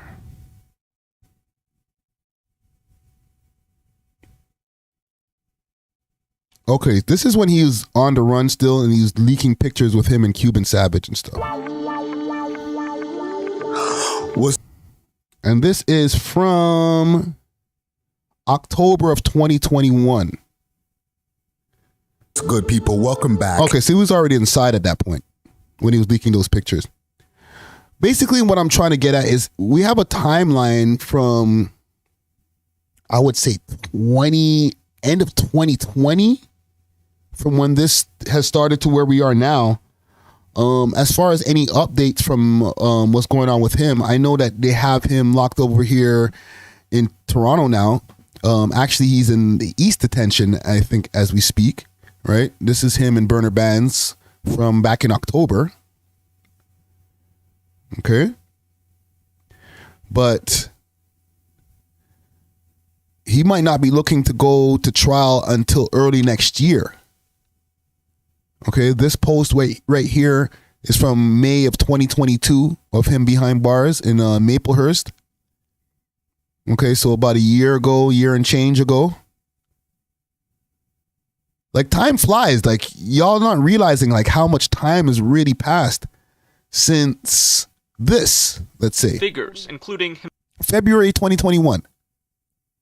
Mama, I'm on TV, Global News, or hashtag Global News. Himself, millions of YouTube views, tens of thousands of Instagram followers, but like many top 5 also has his critics, community members saying his music sends a violent message. He says that's what sells, but it's up to all of them to change that messaging. Rap less about the violence, because you don't want to eager somebody else to go do some retaliate. Like, this is February of 2021. We're going into 2024. Rapping less about violence. And we're getting to that, you know what I mean? We're getting into the industry. We're out here, we're trying to make the right records. Figures include. We all saying here in the comments, comment gang strong. Easy Fector, what up? Says, yup, feels like last year. Road to Success says, arrested in LA October 2021. Wow. 2020. Yeah. By the time we get to next year, this is going to be 3 years. Like, these things take time. Y'all don't realize, especially when it comes to like the type of allegations that they have on him. These things take time, gang. Like,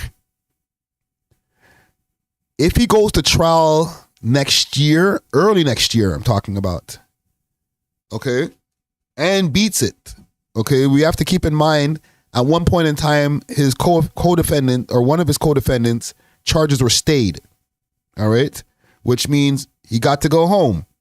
Doesn't mean that he can't be retried for these charges, but his charges have been stayed, which is a good look when it comes to the case in as a whole. However, Five is still behind bars. He's still awaiting his trial date, or whether they're going to have it. And I think they are going to be taking it to trial, right? I don't know. I don't think they're going to be pleading. But if they are, with that happening, or with that being said, he might not be seeing a trial till probably April next year. And because it's not going to happen over the holidays. It's not going to happen in January, maybe February. And that might not be a good idea, right? Pushing to get a February date, like, yo, get me to my trial as quick as possible. That might not always be the best game plan. You know what I'm saying? You want to make sure you get all of your ducks in a row before you go to war with the crown over here. You know what I'm saying? Especially like he's going to have to deal with stuff that's in the United States as well. Keep that in mind, right? So Kyle Johnson says his trial is in February. You're welcome. Kim Schofield gonna slap it up. You see Kim Schofield, she got a hungry lawyer. She gonna eat the case. We'll see. Last I heard, Schofield wasn't on that case anymore. So, like I said, y'all know more than me. But I do know some. And I'm not saying that he's in a bad position right now. Like, obviously, he's not in the best position. But as far as his case, he may come home. Okay? I'm going to keep on reiterating. If one of his co-defendants were able to come home at this point, and he wasn't the shooter, then in my mind, in my math, maybe it's Friday math, he should be able to come home too. Okay? It's just maybe about getting the right timing for the trials, the lawyers, right judge in there. These are all factors that you have to keep weighing when it comes to going, especially to a trial. Okay? Or, maybe pleading to a certain amount and saying, you know what, just let me out in the next 5 years. However, with that being said as well, he dropped the Pedro Activated album during this whole time that he's been locked up. He waited, I guess, 2 years, a year and change. They had to mix everything. He had a bunch of features that he was able to get done when he was on the run. So that all panned out to a great album. But I don't know how much more tracks was done while he was on road. Are we going to get another top 5 album while we're waiting for him? You feel me? It's there's just a lot of questions that ponder through my mind, especially like the length of time that it's been going on for. And don't get me wrong, this is not out the ordinary that these things are taking this amount of time. But the fact that he's been able to even keep himself relevant over the last 3 years, it's not easy. You know what I'm saying? But salute to top 5. Once again, as far as like with anybody on the other side of what's going on with his case, the young gentleman who lost his life, condolences to his family, condolences to and RIP to that young man, and hold your head, top 5. You're soon forward, Bridget. You're soon forward. All right, let me see. I got more stuff here, I think, in Toronto. Can I give you all a quick hot take? Just quick, fast. And maybe I should hold it. Maybe I should hold my hot take. Okay. I know it's not in the hip hop realm, but I've been thinking about this, okay? I watch a lot of comedy coverage, right? I watch a lot of comedy as well. I can't even say I watch as much stand-up as I used to, but I do watch my share of Netflix specials and stuff like that. And there's something that I watch called comedy cringe, right? And let me see if I can find that channel here. Okay, let's see. Let's see. I'm going to go through my history quick fast. Okay, Podcast Cringe. That's the channel. Big salute to Podcast Cringe. I'm not even subbed to these guys. I watch their videos every day and I'm not even subbed. That's crazy. So they made a video of their top 10 favorite comedians. He was able to make a pretty good list. 10. Let me see if I can find that. All right. So top 10 favorite comedians of all time. And he was going through his list. He was talking about Bill Burr. A few other people were in there. His number one was Richard Pryor. Great choice. Okay. His number two was Eddie Murphy. And I'll play a little bit of what he said about Eddie Murphy. Quick fast here. And R.I.P. Norm Macdonald. You're in the bathroom. All of a sudden, a beautiful lady comes out. Oh, here's my breast. Where is this Eddie Man, Murphy? you know about that. These gay guys. I haven't even said hi yet. All right. Where did he put Eddie? 1 second. Let me find out. Let me just go through this quick fast and find out where he put Eddie. And I'm going somewhere with this gang. So just bear with me. R.I.P. Patrice O'Neal too. I don't know how many of y'all are like big comedy fans, but I'm a fan of comedy. You know what I'm saying? I like intelligent comedians, and I rate comedians on what they're able to do. Okay, to get up on a stage, just be able to talk to people and not have a beat behind you, captivate an audience. Okay, so he has Eddie Murphy at number 9. Ever see those guys doing the same thing in their suit? Every time I put on the suit, I gotta go like this.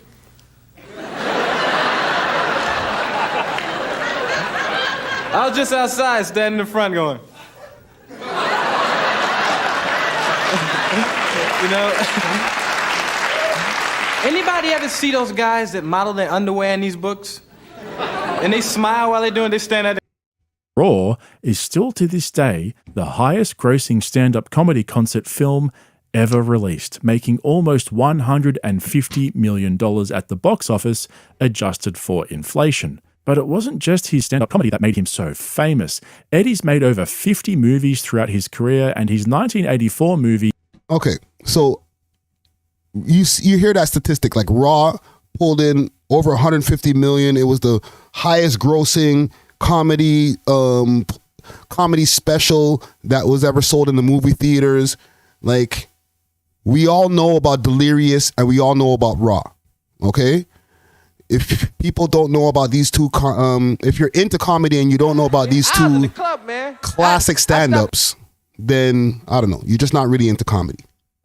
And I enjoyed these two movies. I watched them when I was a kid. I rewatched them as an adult, but I didn't binge them, okay? And there's a lot of comedians, the Dave Chappelles of the world, Andrew Schultz, all these different guys who hail Eddie Murphy as one of their top. He's on their Mount Rushmore of comedians. When they ask, who's your Mount Rushmore? Eddie's always there. I gotta tell you, I don't think Eddie Murphy's that funny. Okay? I'm sorry.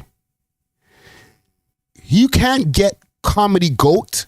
Like, yes, you have all those movies. Those movies are successful as hell. Okay?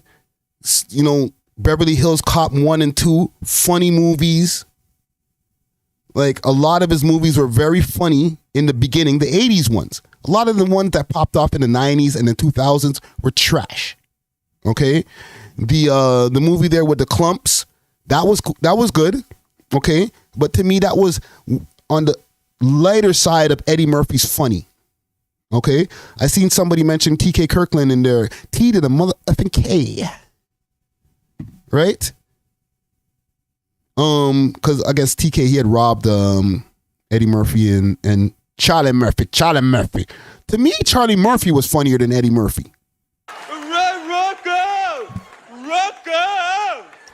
Go up, people standing on line and shit. Hey, Paisan, you going in to see Rocky right now? Yeah. Now, don't get me wrong.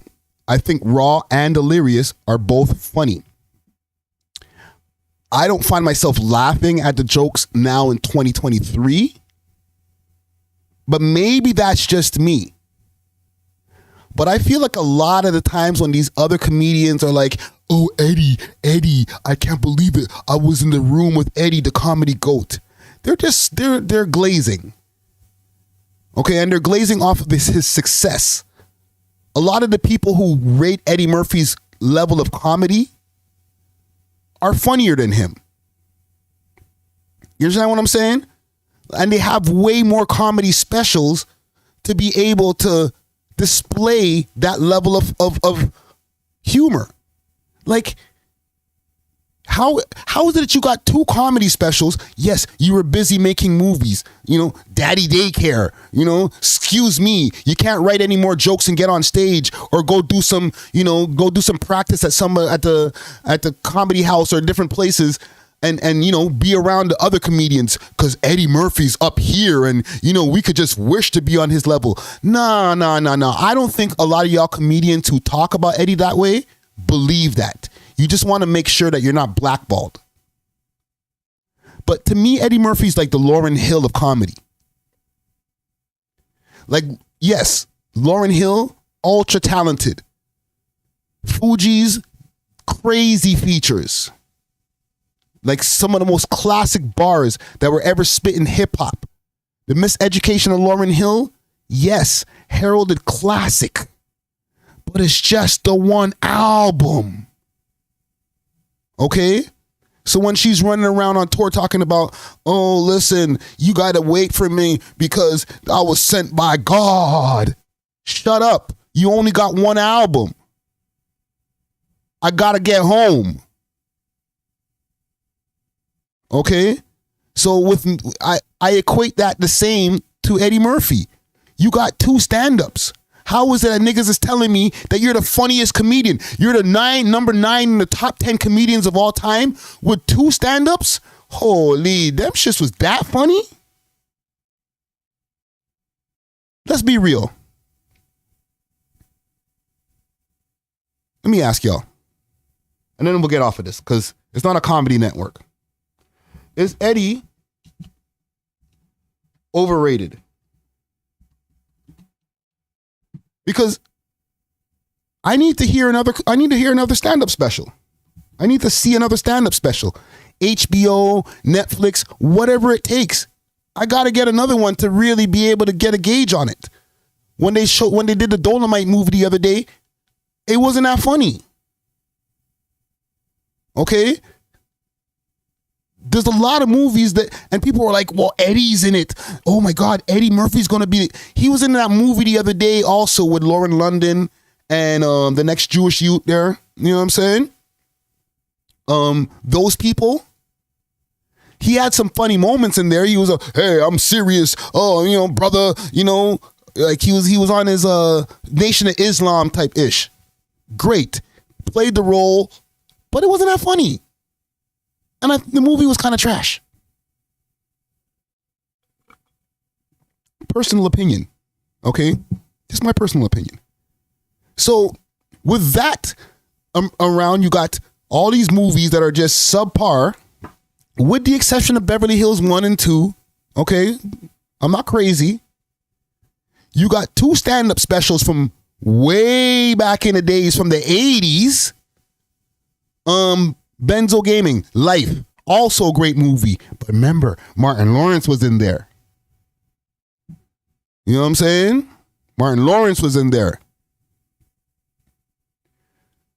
I'll even go as far as to say, I think Kevin Hart's funnier than Eddie Murphy because he got more work. He had more time to practice. He had more time to not be funny and be funny. So like, if I go through all of Kevin Hart's stand-ups and, there's going to be ones that I don't think are that funny.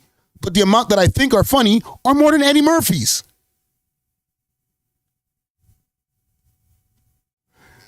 Carl Johnson's like, yo, I know that's kind of a hot take with the Kevin Hart thing, but like, he just got more work. He's like the Drake. He got more bars than you. He wrote more bars than you. Sorry. Nigga, I know you had a classic, but that was back then. What about now? What have you done for me lately? So I just wanted to put that out there, okay? I don't want to get canceled, but I'm not in the comedy world, so I feel like maybe I could get away with getting this take off and nobody will like crucify me for it. You know what I'm saying? But yeah, Eddie Murphy's hella overrated. That's just my take on it, okay? And 75% of y'all agree with that. So listen, I guess I'm not crazy. There you go. A couple more things I want to cover before we get out of here. My guy Hoodlum is back. There's still been a lot of back and forth that's been going on with Hoodlum. Let's check in on H. Honcho Hoodlum.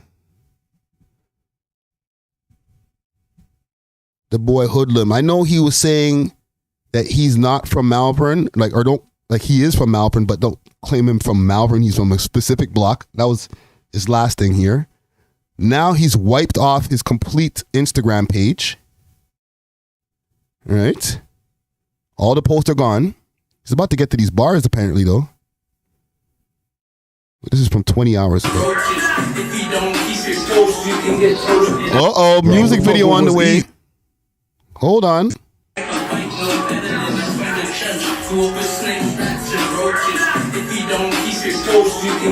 Who's shooting that? Is that Macadelic? Hold on, I think that's Mac.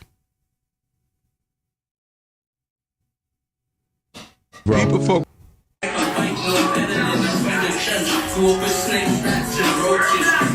It is Macadelic. I see you. So him and Mac back at it.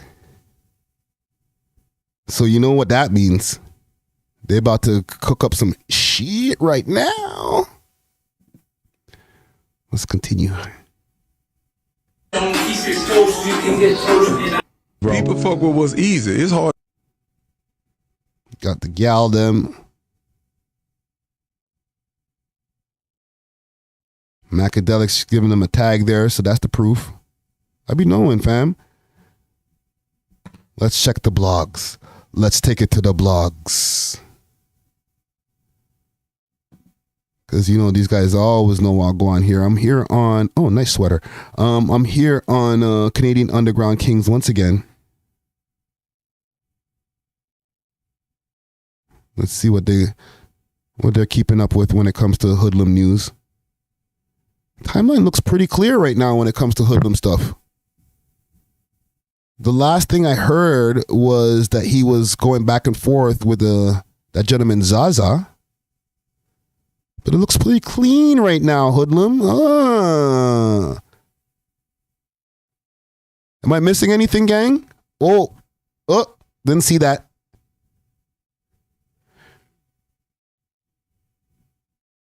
Am I missing anything? No? Let's go to Canadian Underground Kings. Yeah, I seen that with the junkie youth that was trying to get at me. Don't worry about them. Don't worry about that. We don't give junkies time on the airways over here.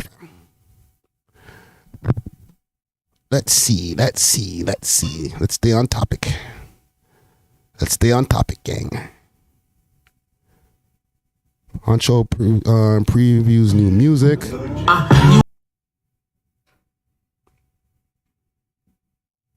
Let's do to the boy Hoodlum.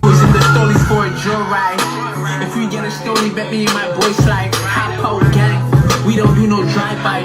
Let's go. When you got beef like Five Guys, I would do it dolo. I don't need Five Guys. Ooh, that sounds fire. Me and Sham clap together like a high five. I hate these rap niggas talking about shooting. Yo, Hoodie, if you see this, who's on the beat, fam? Send me a beat pack so I can do nothing with it. How you got a gun for a whole year and you ain't use it? We claim he's shooting, but he ain't shooting. Stacey Dash, we left the fence clueless. Do a drill and go home. Then watch the news clip. Do a drill and go home. Then watch the news clip. Life of a mobster, champagne and lobster. You love hip hop. We got kicked off the roster. Hip hop. In my boxer. Only time he scored in the game was playing soccer. GPS is with. What y'all think, gang? Man's cooking up, bro. Yeah, Kyle. Hoodie got bars.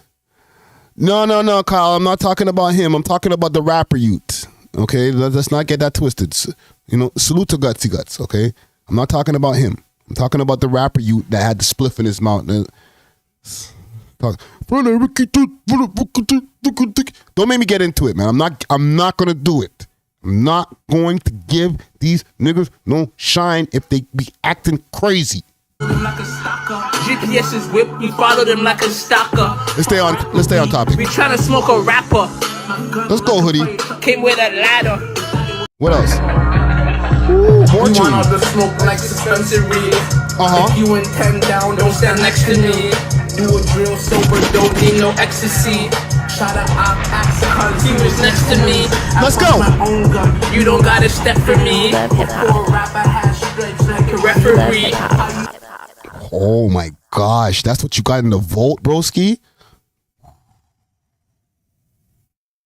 Listen, fam. I'm one of those guys, you know, some people call me a hater. When I start looking at when rappers start getting to a certain age, I'm like, yo, you should just pack it up. No.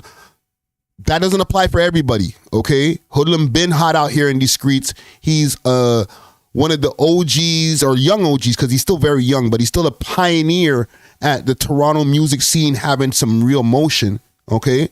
He's one of the early ones who are getting like hundreds of thousands of views, you know, getting love from the Toronto underground scene, okay? So he's been out here, but to still be relevant in 2023 and come with some music that sounds good, like the music it doesn't sound old. And listen, this is not an endorsement for Honcho Hoodlum. He hasn't paid me for no promo or anything like that.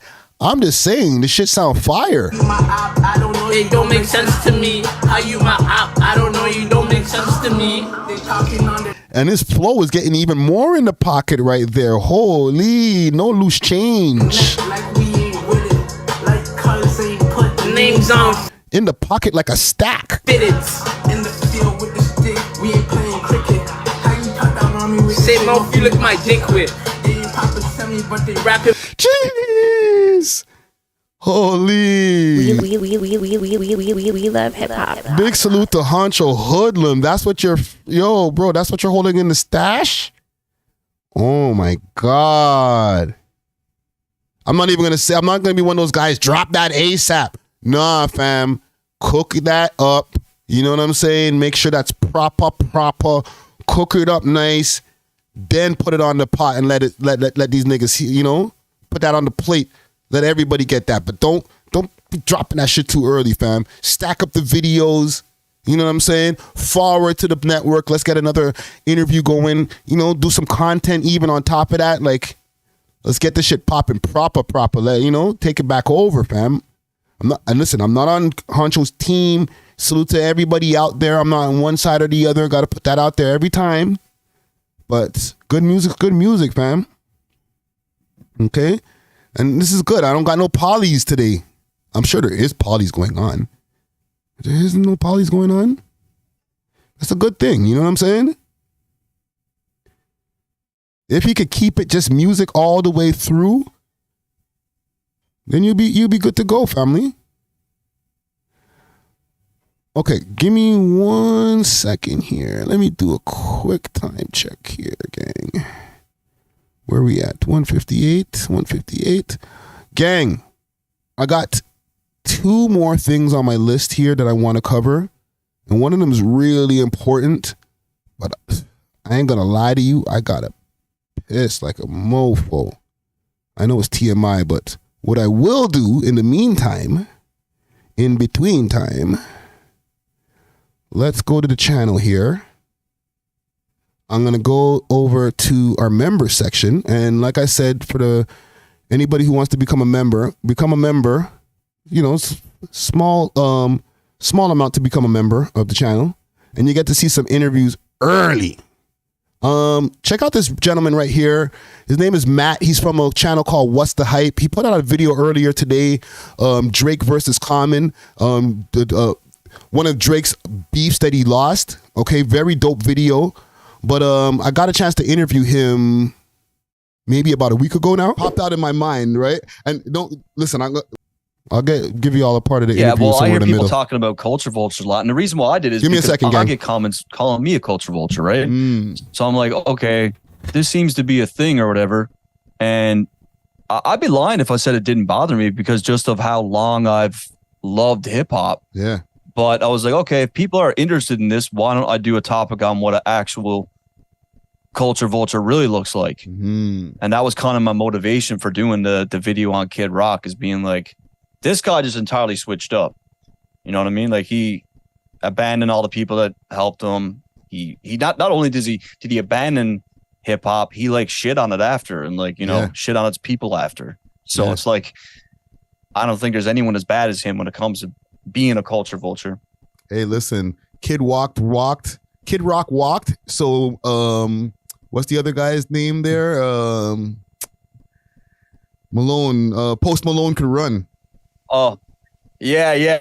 No, Post Malone will be another really good episode of that rendition I got going there. Yeah. But I think someone else has already covered it, because that's one of the things I try my best to do is, like, when I think of an idea, I'm like, who else did this? You know what I mean? Let me check on YouTube, because the 9 chances out of 10, if it's a good idea, someone else already did it, right? Yeah. So if I go on YouTube and I see like, oh, Trap Lord Ross covered it, I'm like, well, what's the point in me diving into this? He did his research. I'm not going to find anything new about it.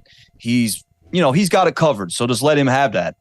So, but then if I see a video where I'm like, okay, it has been covered, like the Kendrick and Drake shit has been covered many times. I was like, but they're only 10-minute videos, like, of just showing the subliminals back and forth. Like, there's no context about, you know, how Drake helped him early on in his career, or like award shows, or where this guy's album comes out and this guy puts it right after, and, you know, like the competitiveness, that's all part of the narrative to me that just wasn't ever shown. So that's why I was like, okay, I will do this topic, because even though some other people did it, I think I can do. Sorry about that, gang. Big salute to Matt over there.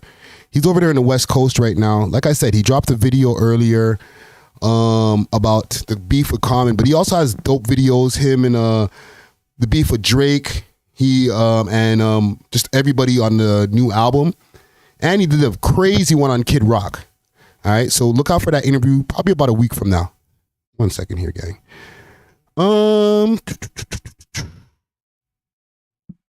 See what else is going on here.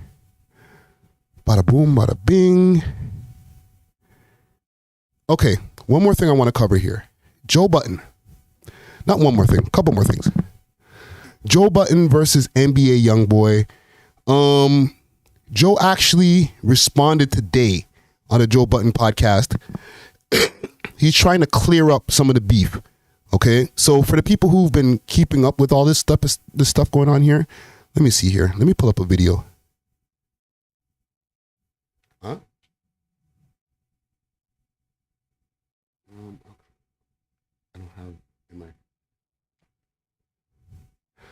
1 second here, gang. Let me pull up something probably from Flacco. He's probably the best source to put everything together. Salute to Poetic Flacco. Let's go to his channel right here. Let's go to his channel right here.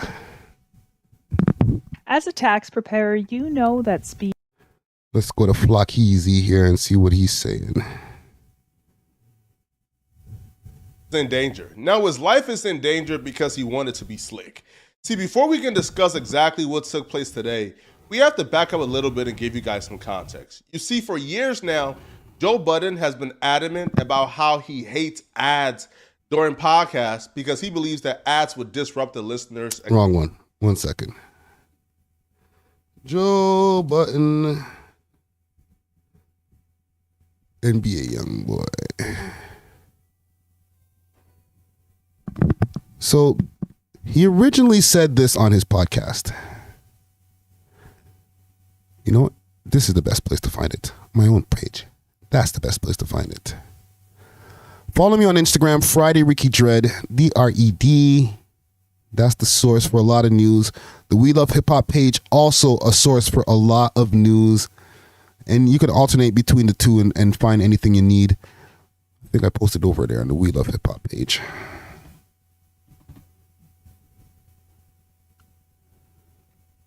And that's where we'll be able to find the information. Here we go. So,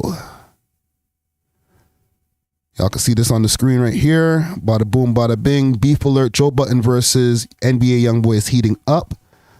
Okay, this is basically the before, and I'm going to bring you all to what's happening now and what Joe had to say now.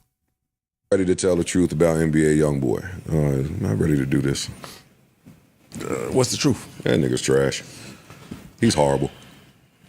He is horrible.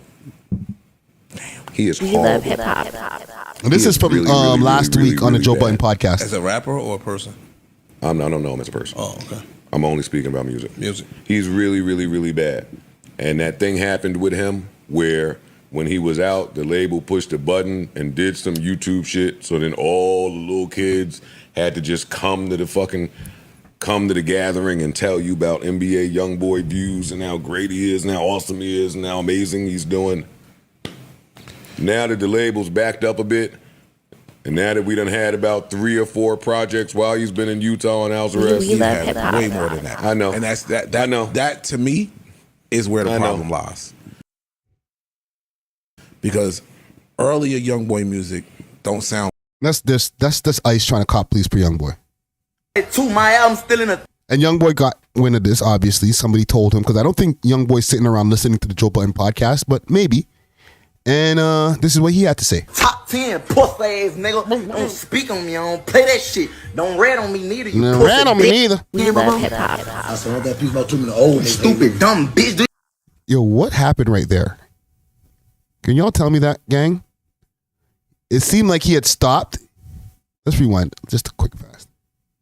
He seemed like he had stopped. Ready to tell the truth about.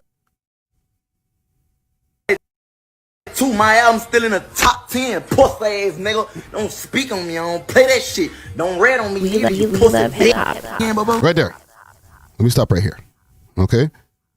He looks like he's relaxing. Some guy is like, he's like, okay, what's happening here? Is he on a bed? You know what I'm saying? Is he on a bed right now? Because he seems like he's relaxing. He's done his rant. And a man says something to each his own, but just his homie's too close to him where there's a bed at. That's all I'm saying. All right?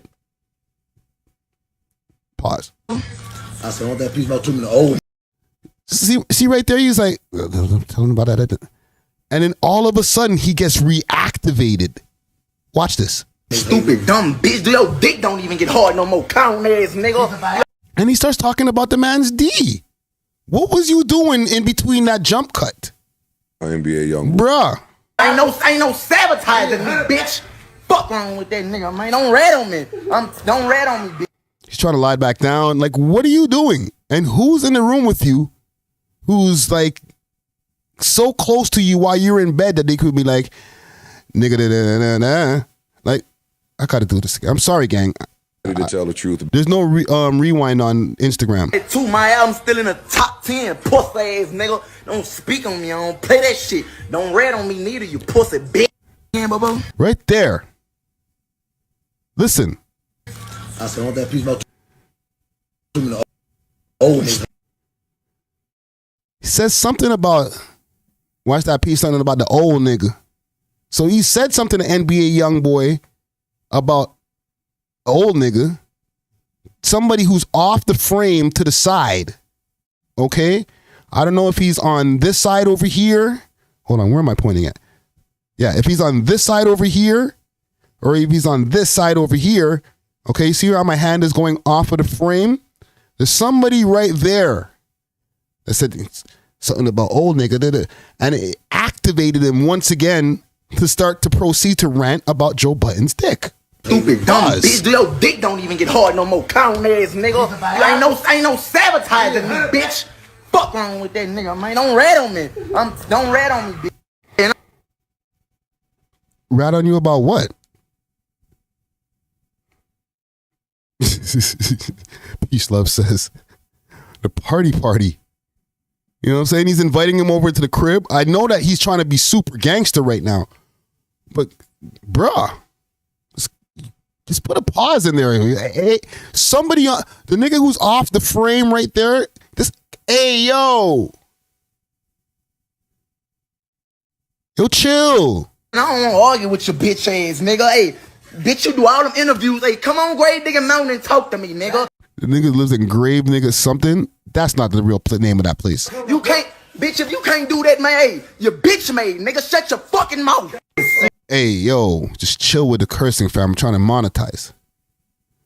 So, and then, here's the thing. Birdman, he responded, Joe Budden. Hold on, let me put my drink down.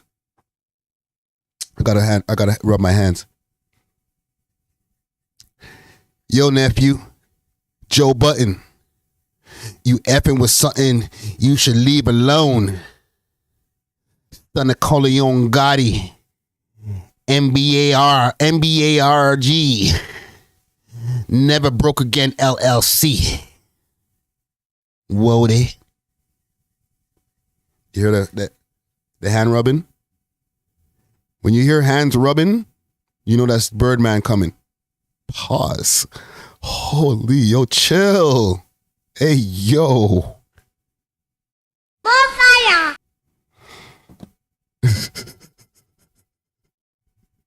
ASMR.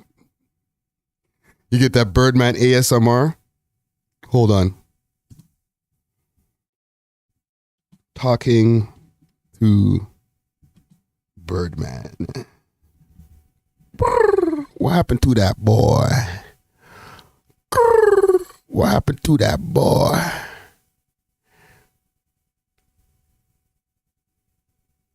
Man, you can't find nobody to write this type of shit for you. You can't do none of that. This shit is that real gangster shit. You already know what it is. That's what we need you, man. Man, this shit watered down, man. The fuck, man. Hey. Watered down, bro. I see it's watered down. I'm finna come though. This shit too watered down. What? Hey, yo. Fire. Yo, y'all heard? Yo. What's going on in there, fam? You gotta, chill, bro.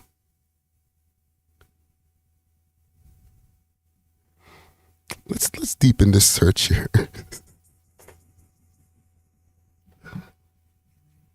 Listen, no, this is all jokes, okay? I know I'm treading on territory when it comes to what happened to that boy? I'm trying to live. I'm trying to live, my nigga. I'm trying to live. Hold on. Paint they nails right now. So, mama, how do you think I should go about this? Cause you hurt my feelings. I ain't never did none of y'all niggas. Wait a minute. Is this the same guy as this? 60,000. Oh, there's the guy. Yo, who's this guy? Who wanna see me in Madden, man? I thought that for a second. I was about to say, yo. Hey, yo. I thought that said man them for a second. Whoa. Fire.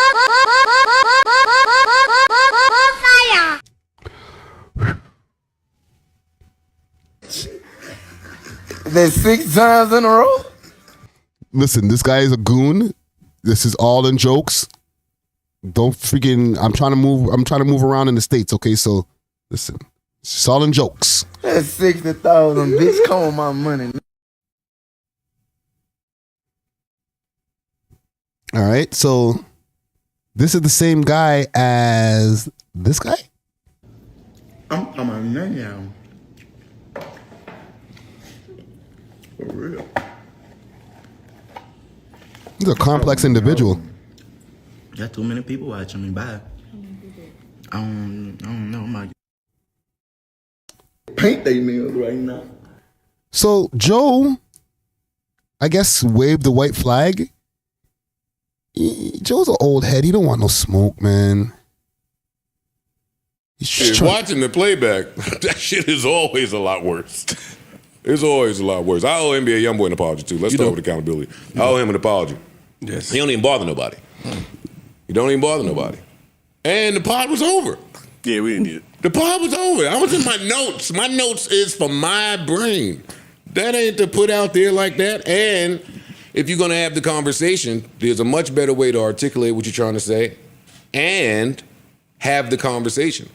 Yeah. Like that's just lazy to do that at the end of the pod. We do that a lot, by the way. Voice is too strong. Yeah, but it's back to that strong voice shit. It's just, you got to be more responsible than that. That was totally wrong. Not cool. You want to be the bridge. Yes. You want to be the OG that is the bridge. You don't want to keep. They only snatch my shit when I'm kicking somebody's back. I need to stop kicking people's back. That's what it says. That's what it says. Hold on. I only got a napkin. I don't got a flag. I don't keep any white flags around. You know what I'm saying? But yeah, he's waving the white flag. No mas. No mas. Okay? NBA Youngboy, just chill. All right? I ain't got no more problems with you, bro. You and homeboy in the bed, you gotta relax. Okay? No yelling at the camera, no screaming at me. Joe just got through an incident not too long ago where he got his hand mashed up. All right? That was like less than a month ago. It's getting to Christmas time. He's getting money. He's living nice. Joe ain't want no problems, man. I don't blame him for apologizing. However, does it take away the fact of what he believes or what he said? Okay. He said that he thinks that young NBA Youngboy's trash. He said that a lot of people have been fooled by the amount of people that were like jumping into the whole bandwagon when the label had pushed the button, but he ain't buying it. Okay. In his opinion, he thinks the nigga's trash, or the level of his musicality has gone down, and he's just giving you a lot of quantity, not quality. And here's the thing that always happens with Joe. When he critiques people's music, especially in a harsh way, people always want to run back to, oh, well, you only got Pump It Up. Oh, what you know about making hits? You only got one song. You're a failed rapper. Blah, blah, blah, blah, blah. And I'm sure, like, it reopens a bunch of wounds for him and Ray Tay Tay, even if he acts like it don't. Okay? But at the same time, it don't matter. Who cares? Niggas got ears. If a nigga keeps on putting out music every 3 months, full albums, 4 months, full albums, the level of the quality of the shit's gonna go down. It's not just NBA Youngboy, it's a lot of y'all niggas. So I understand it's easy to pile up and do let's get at Joe Budden. You know what I'm saying? It's gonna get the clicks, all that type stuff. But just because Joe Budden came with an opinion like, yo, the nigga's music is trash, and now this nigga's getting super emotional, you know, jumping into bed with the homie and like, yo, pussy ass bitch, like, nigga, like, get out your emos, bro. My album still in the top 10, pussy. Right? Get out of your emos, my guy. Doing all kind of weird shit. Red on me neither, you pussy bitch. Yeah, bro. I said, I want that piece about too many old niggas. Like, the nigga just said he don't like your music. The nigga's 42 years old. So what? As long as your fans love it, who cares?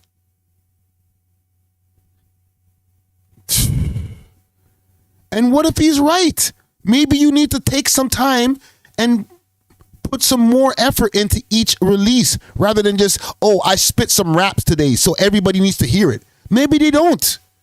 Maybe that's why this critique is happening. Maybe that's why I don't see why be better in the chat. Don't get me wrong. I know my demo. My demo is not a bunch of YB stands. Okay? But when's the last time y'all seen a YB better in somebody's comment section? I'll wait. So Joe walked it back, but as you know, one of the defense teams for over here for Mr. Joseph Budden.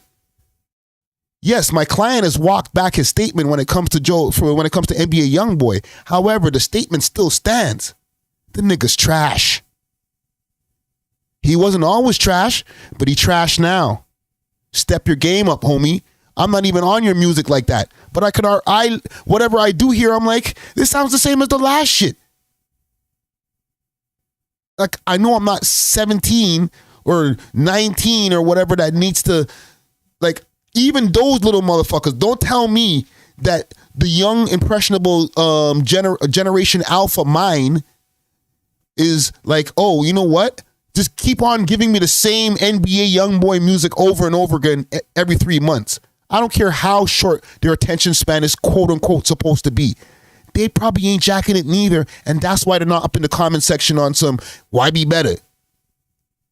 Or maybe the powers that be are not paying all of those different blog sites and bot pages and real individuals to post why be better in the chats, why be better in the comment section. You ever think about that? Maybe Joe's right. Maybe the industry did push the button. There's a bunch of YB fans who are like, no, YB's been making so much plaques and stuff like that without the machine. Don't you know that he's actually anti-machine? Yeah. Sounds good to you. It sounds good. The niggas signed to a label, okay? They're going to put some money in to make sure they get their ROI, okay? Let's not act like we're children here and the label just does nothing because YB does whatever he wants. Yeah, that might be true in one sense, but it doesn't mean that they're not going to be like, hey, let's get some extra fans out there, their perception of extra fans so that more organic fans come in. It's simple shit. You know what I'm saying? Bigger Than says, releasing that stress in bed with the homie. Yo! Hey, yo! Fire! For real, right? Stupid, dumb bitch. Your dick don't even get hard no more. Count it. What you gotta care about what's going on with the homies package, bro? Like, you gotta chill. Hey, yo. Fire! Listen, Joe. Don't walk it back, bro. There's still Saturday. Pop out, fam. Say, you know what? All that shit I said about NBA Youngboy on Wednesday, I take it back. That nigga's music's trash. Do what you want to do. See me when you see me. Actually, no. Don't do that. Don't do that. Everybody stay safe. I don't want nobody to get hurt. Okay? I'm just jumping out. I jumped out the window a little bit, gang. I'm sorry. I'm going to reel it back. Yo, anybody out there in this chat right now, hit that like button. You know what I'm saying? We out here. We on that marathon shit right now. 2 hours and 23 minutes. Jesus Christ, man. Good chat. I got 2 more quick things to cover here. They banned the Shiesty mask. Y'all niggas went and messed that up. So now nobody could wear the Shiesty mask in Philly. That's number 1. That's where we're starting. Okay? I don't think that's where it's going to end. It says Philadelphia lawmakers vote to ban the ski mask in some public places and moved praised by police, but panned by rights advocates. So sorry, I can't read today. Y'all can kill me in the comments. You're allowed. So there's a young white gentleman, maybe Hispanic. He's wearing a ski mask. This is not just limited to the Shiesty mask, okay, gang? This is all ski masks. Shiesty mask and all ski masks associated. Balaclavas, everything. It's a wrap in Philly. The Philadelphia City Council passed a bill Thursday that bans the use of ski masks in parks, schools, public transit, and other city-owned buildings. A move they say will help the enforcement solve crimes, but the civil rights advocates believe will criminalize people of color. Oh my God, that's racist. The bill passed by 13-2 votes. Will fine offenders $250 for each offense and up to $2,000 if a mask is worn during the commission of a crime. Okay, so if you're just walking around with the shiesty, $250 on your head top. Okay, now if they catch you sticking up somebody with the shiesty, $2,000 out on top of whatever other charges you're gonna get. You know what I'm saying?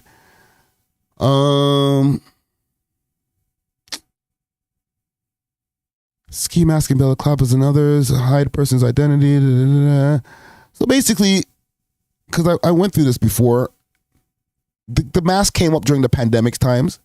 Okay, they called them the Pooh Shiesty masks because Pooh Shiesty popularized the balaclava. All right, the one where you could just pull up the thing, but then you could pull it back down and people could see your face. Okay, they were mentioning in this article here, it getting popularized back in 2020 during the lockdown when everybody had to wear masks. Remember them times when everybody's like, wow, they're just letting us wear masks now? That's crazy. Right? So to We Love Hip Hop alumni, Pooh Shiesty. Okay, check out our Pooh Shiesty interview on our channel. What you got up here still? Is Pooh gonna take down the mask pictures now on his page? There we go. The biggest perfect example. you see, Icebot got me Okay, this is the Shiesty mask in question. Now this is, you're seeing full visibility of his face in this mask here because obviously he wanted people to be able to see who the guy is who's making these raps, right?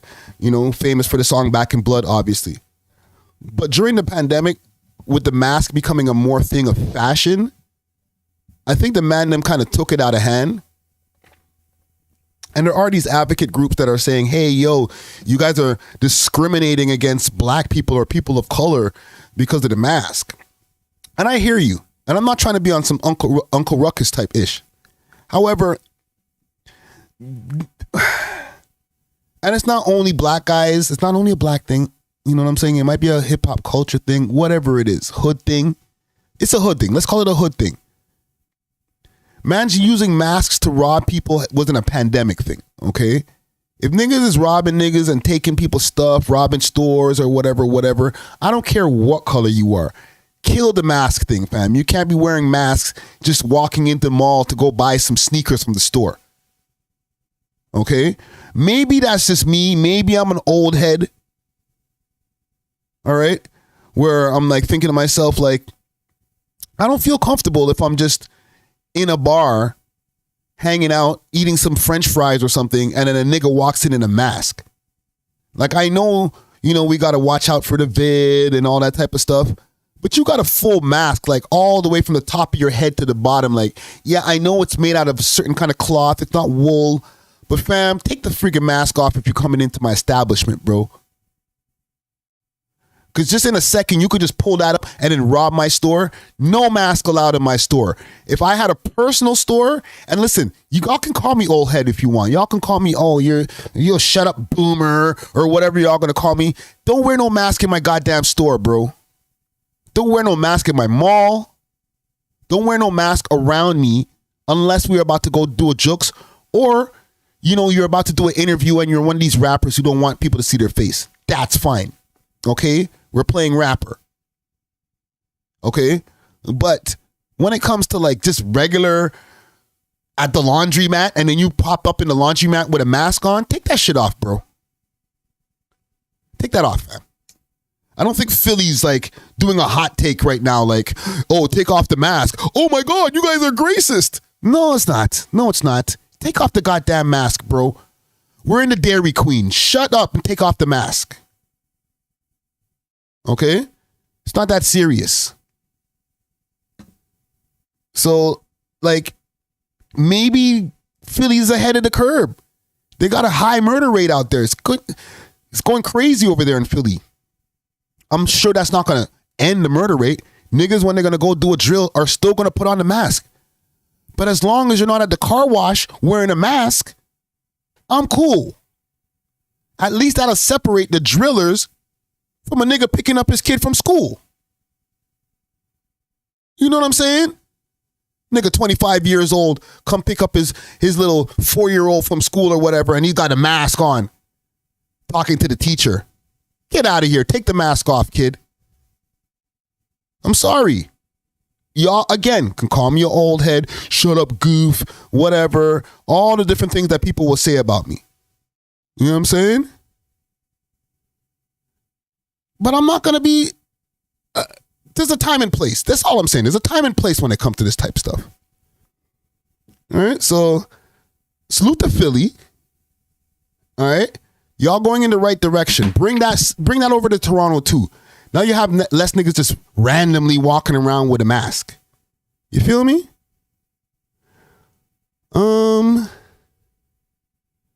What y'all saying in the comments over here? You gotta relax, guy.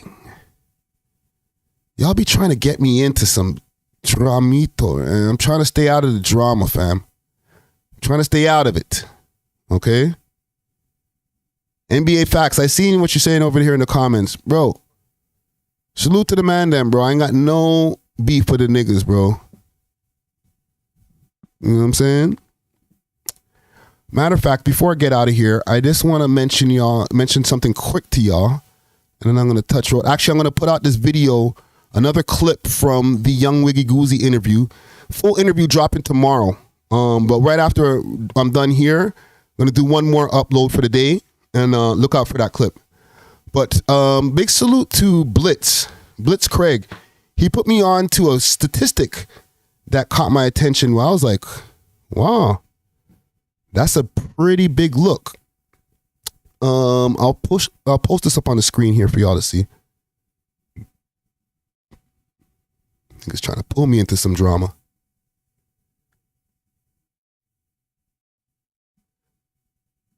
Trying to drag me down into the wormhole. No, sir.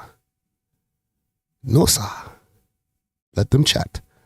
Luminate reveals that India is now the second largest music streaming market in the world, just behind the USA, with 989 billion total of OD streams year to date, week ending of the 16th of this month, of last month, of November 2023. The Indian market now makes over 14% of the total global audio and video streams.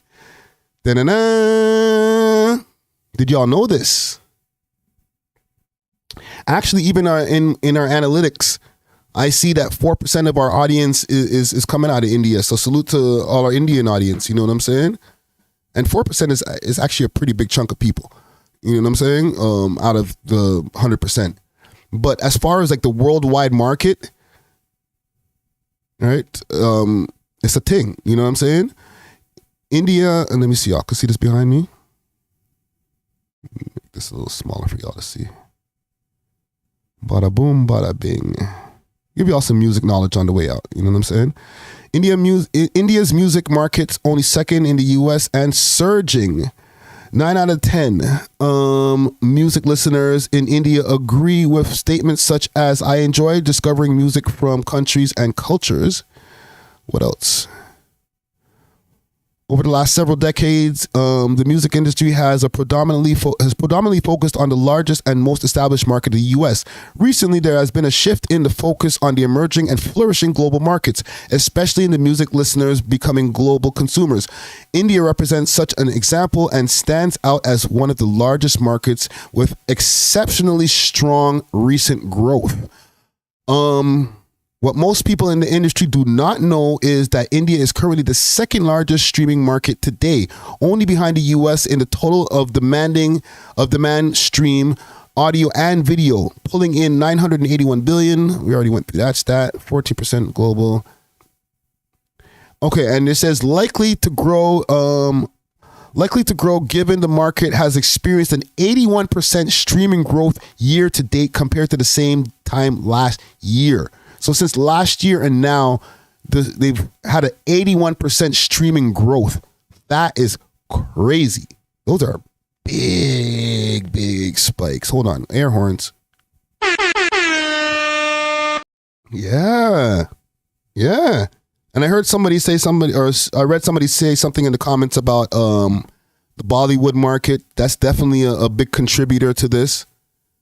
And let me make sure I give the dap to where this is from Nav Josh, okay, on Instagram. He posted these stats over here. Yeah, the Bollywood scene, the Punjabi rap scene or music scene, period. You know, R.I.P. Sidhu Moosewala. Like, a lot of those guys have contributed to this whole scene becoming a big thing. Like, I just interviewed a gentleman named Dr. Zeus, who's a huge producer over there in the UK and represents the Punjabi scene. And when I look at the streams on his music videos, they're like 150 million views, 35 million views on a low end. You know what I'm saying? Like, these are the type of numbers that some Americans wish they can have, far less more than us over here. Like us doing our 100K when we're hot is small fish to fry in comparison to when you got a B next to your music video. Okay, 1 billion views on a music video type shit. You know what I'm saying? Peace Love says something fish you them stats. I don't know. I'm just saying. You know, as far as like the population there, we're talking about a few billion, okay? Compared to the 350 million that live in the United States. But yes, America has influence across the whole world. But when people start making their own music, making their own art and films and stuff like that, and being consumed by their own culture, right away, that puts your American numbers to shame. You remember, they're still only working with 350 million compared to billions. Now, if those billions are all consuming American stuff, it's a different story. But if they're consuming their own shit, then who cares what y'all got going on over there? Your stuff's aight. That American stuff's aight. But I want to go watch a Bollywood movie. Like, sorry about that. Your shit ain't that hot, fam. You know what I'm saying? So with that sentiment, like, I kind of believe those numbers. Like, I don't think that Drake is as hot in Pakistan as he is, you know, maybe in France. You understand what I'm saying? Like, yeah, France will have their own French guys that they listen to, but they probably consume more Drake. You understand what I'm saying? But that don't mean necessarily the same thing in India or in Bangladesh or somewhere. They might be like, Drake's all right, but I'm listening to this guy. And whoever the hottest nigga is out there. That's all I'm saying. Right? So those numbers, those stats might jump in the next few months and it might make up for like 90% of the streaming market. You know what I'm saying? Especially with a decline of hip hop spins and albums and all that type of stuff. It's not like we're putting ourselves in a better position. Like, we're making more trash. So if other markets start kicking our back in, it's kind of our fault. But anywho, just wanted to bring that to the table quick fast. I think I'm going to wrap it up here. I'm going to wrap it up like a BET commercial. And we be getting into some more interviews this week. New episode dropping tomorrow, episode 425 with the interview with Young Wiggy Goozy. Look out for that. And look out for that event, like I was saying, 693 Bloor Street West. I'll be out there. The whole team will be out there, but I'll be out there doing my hosting thing up on the stage. Be there by doors open at 4:00. So yeah. But until then, we are off this.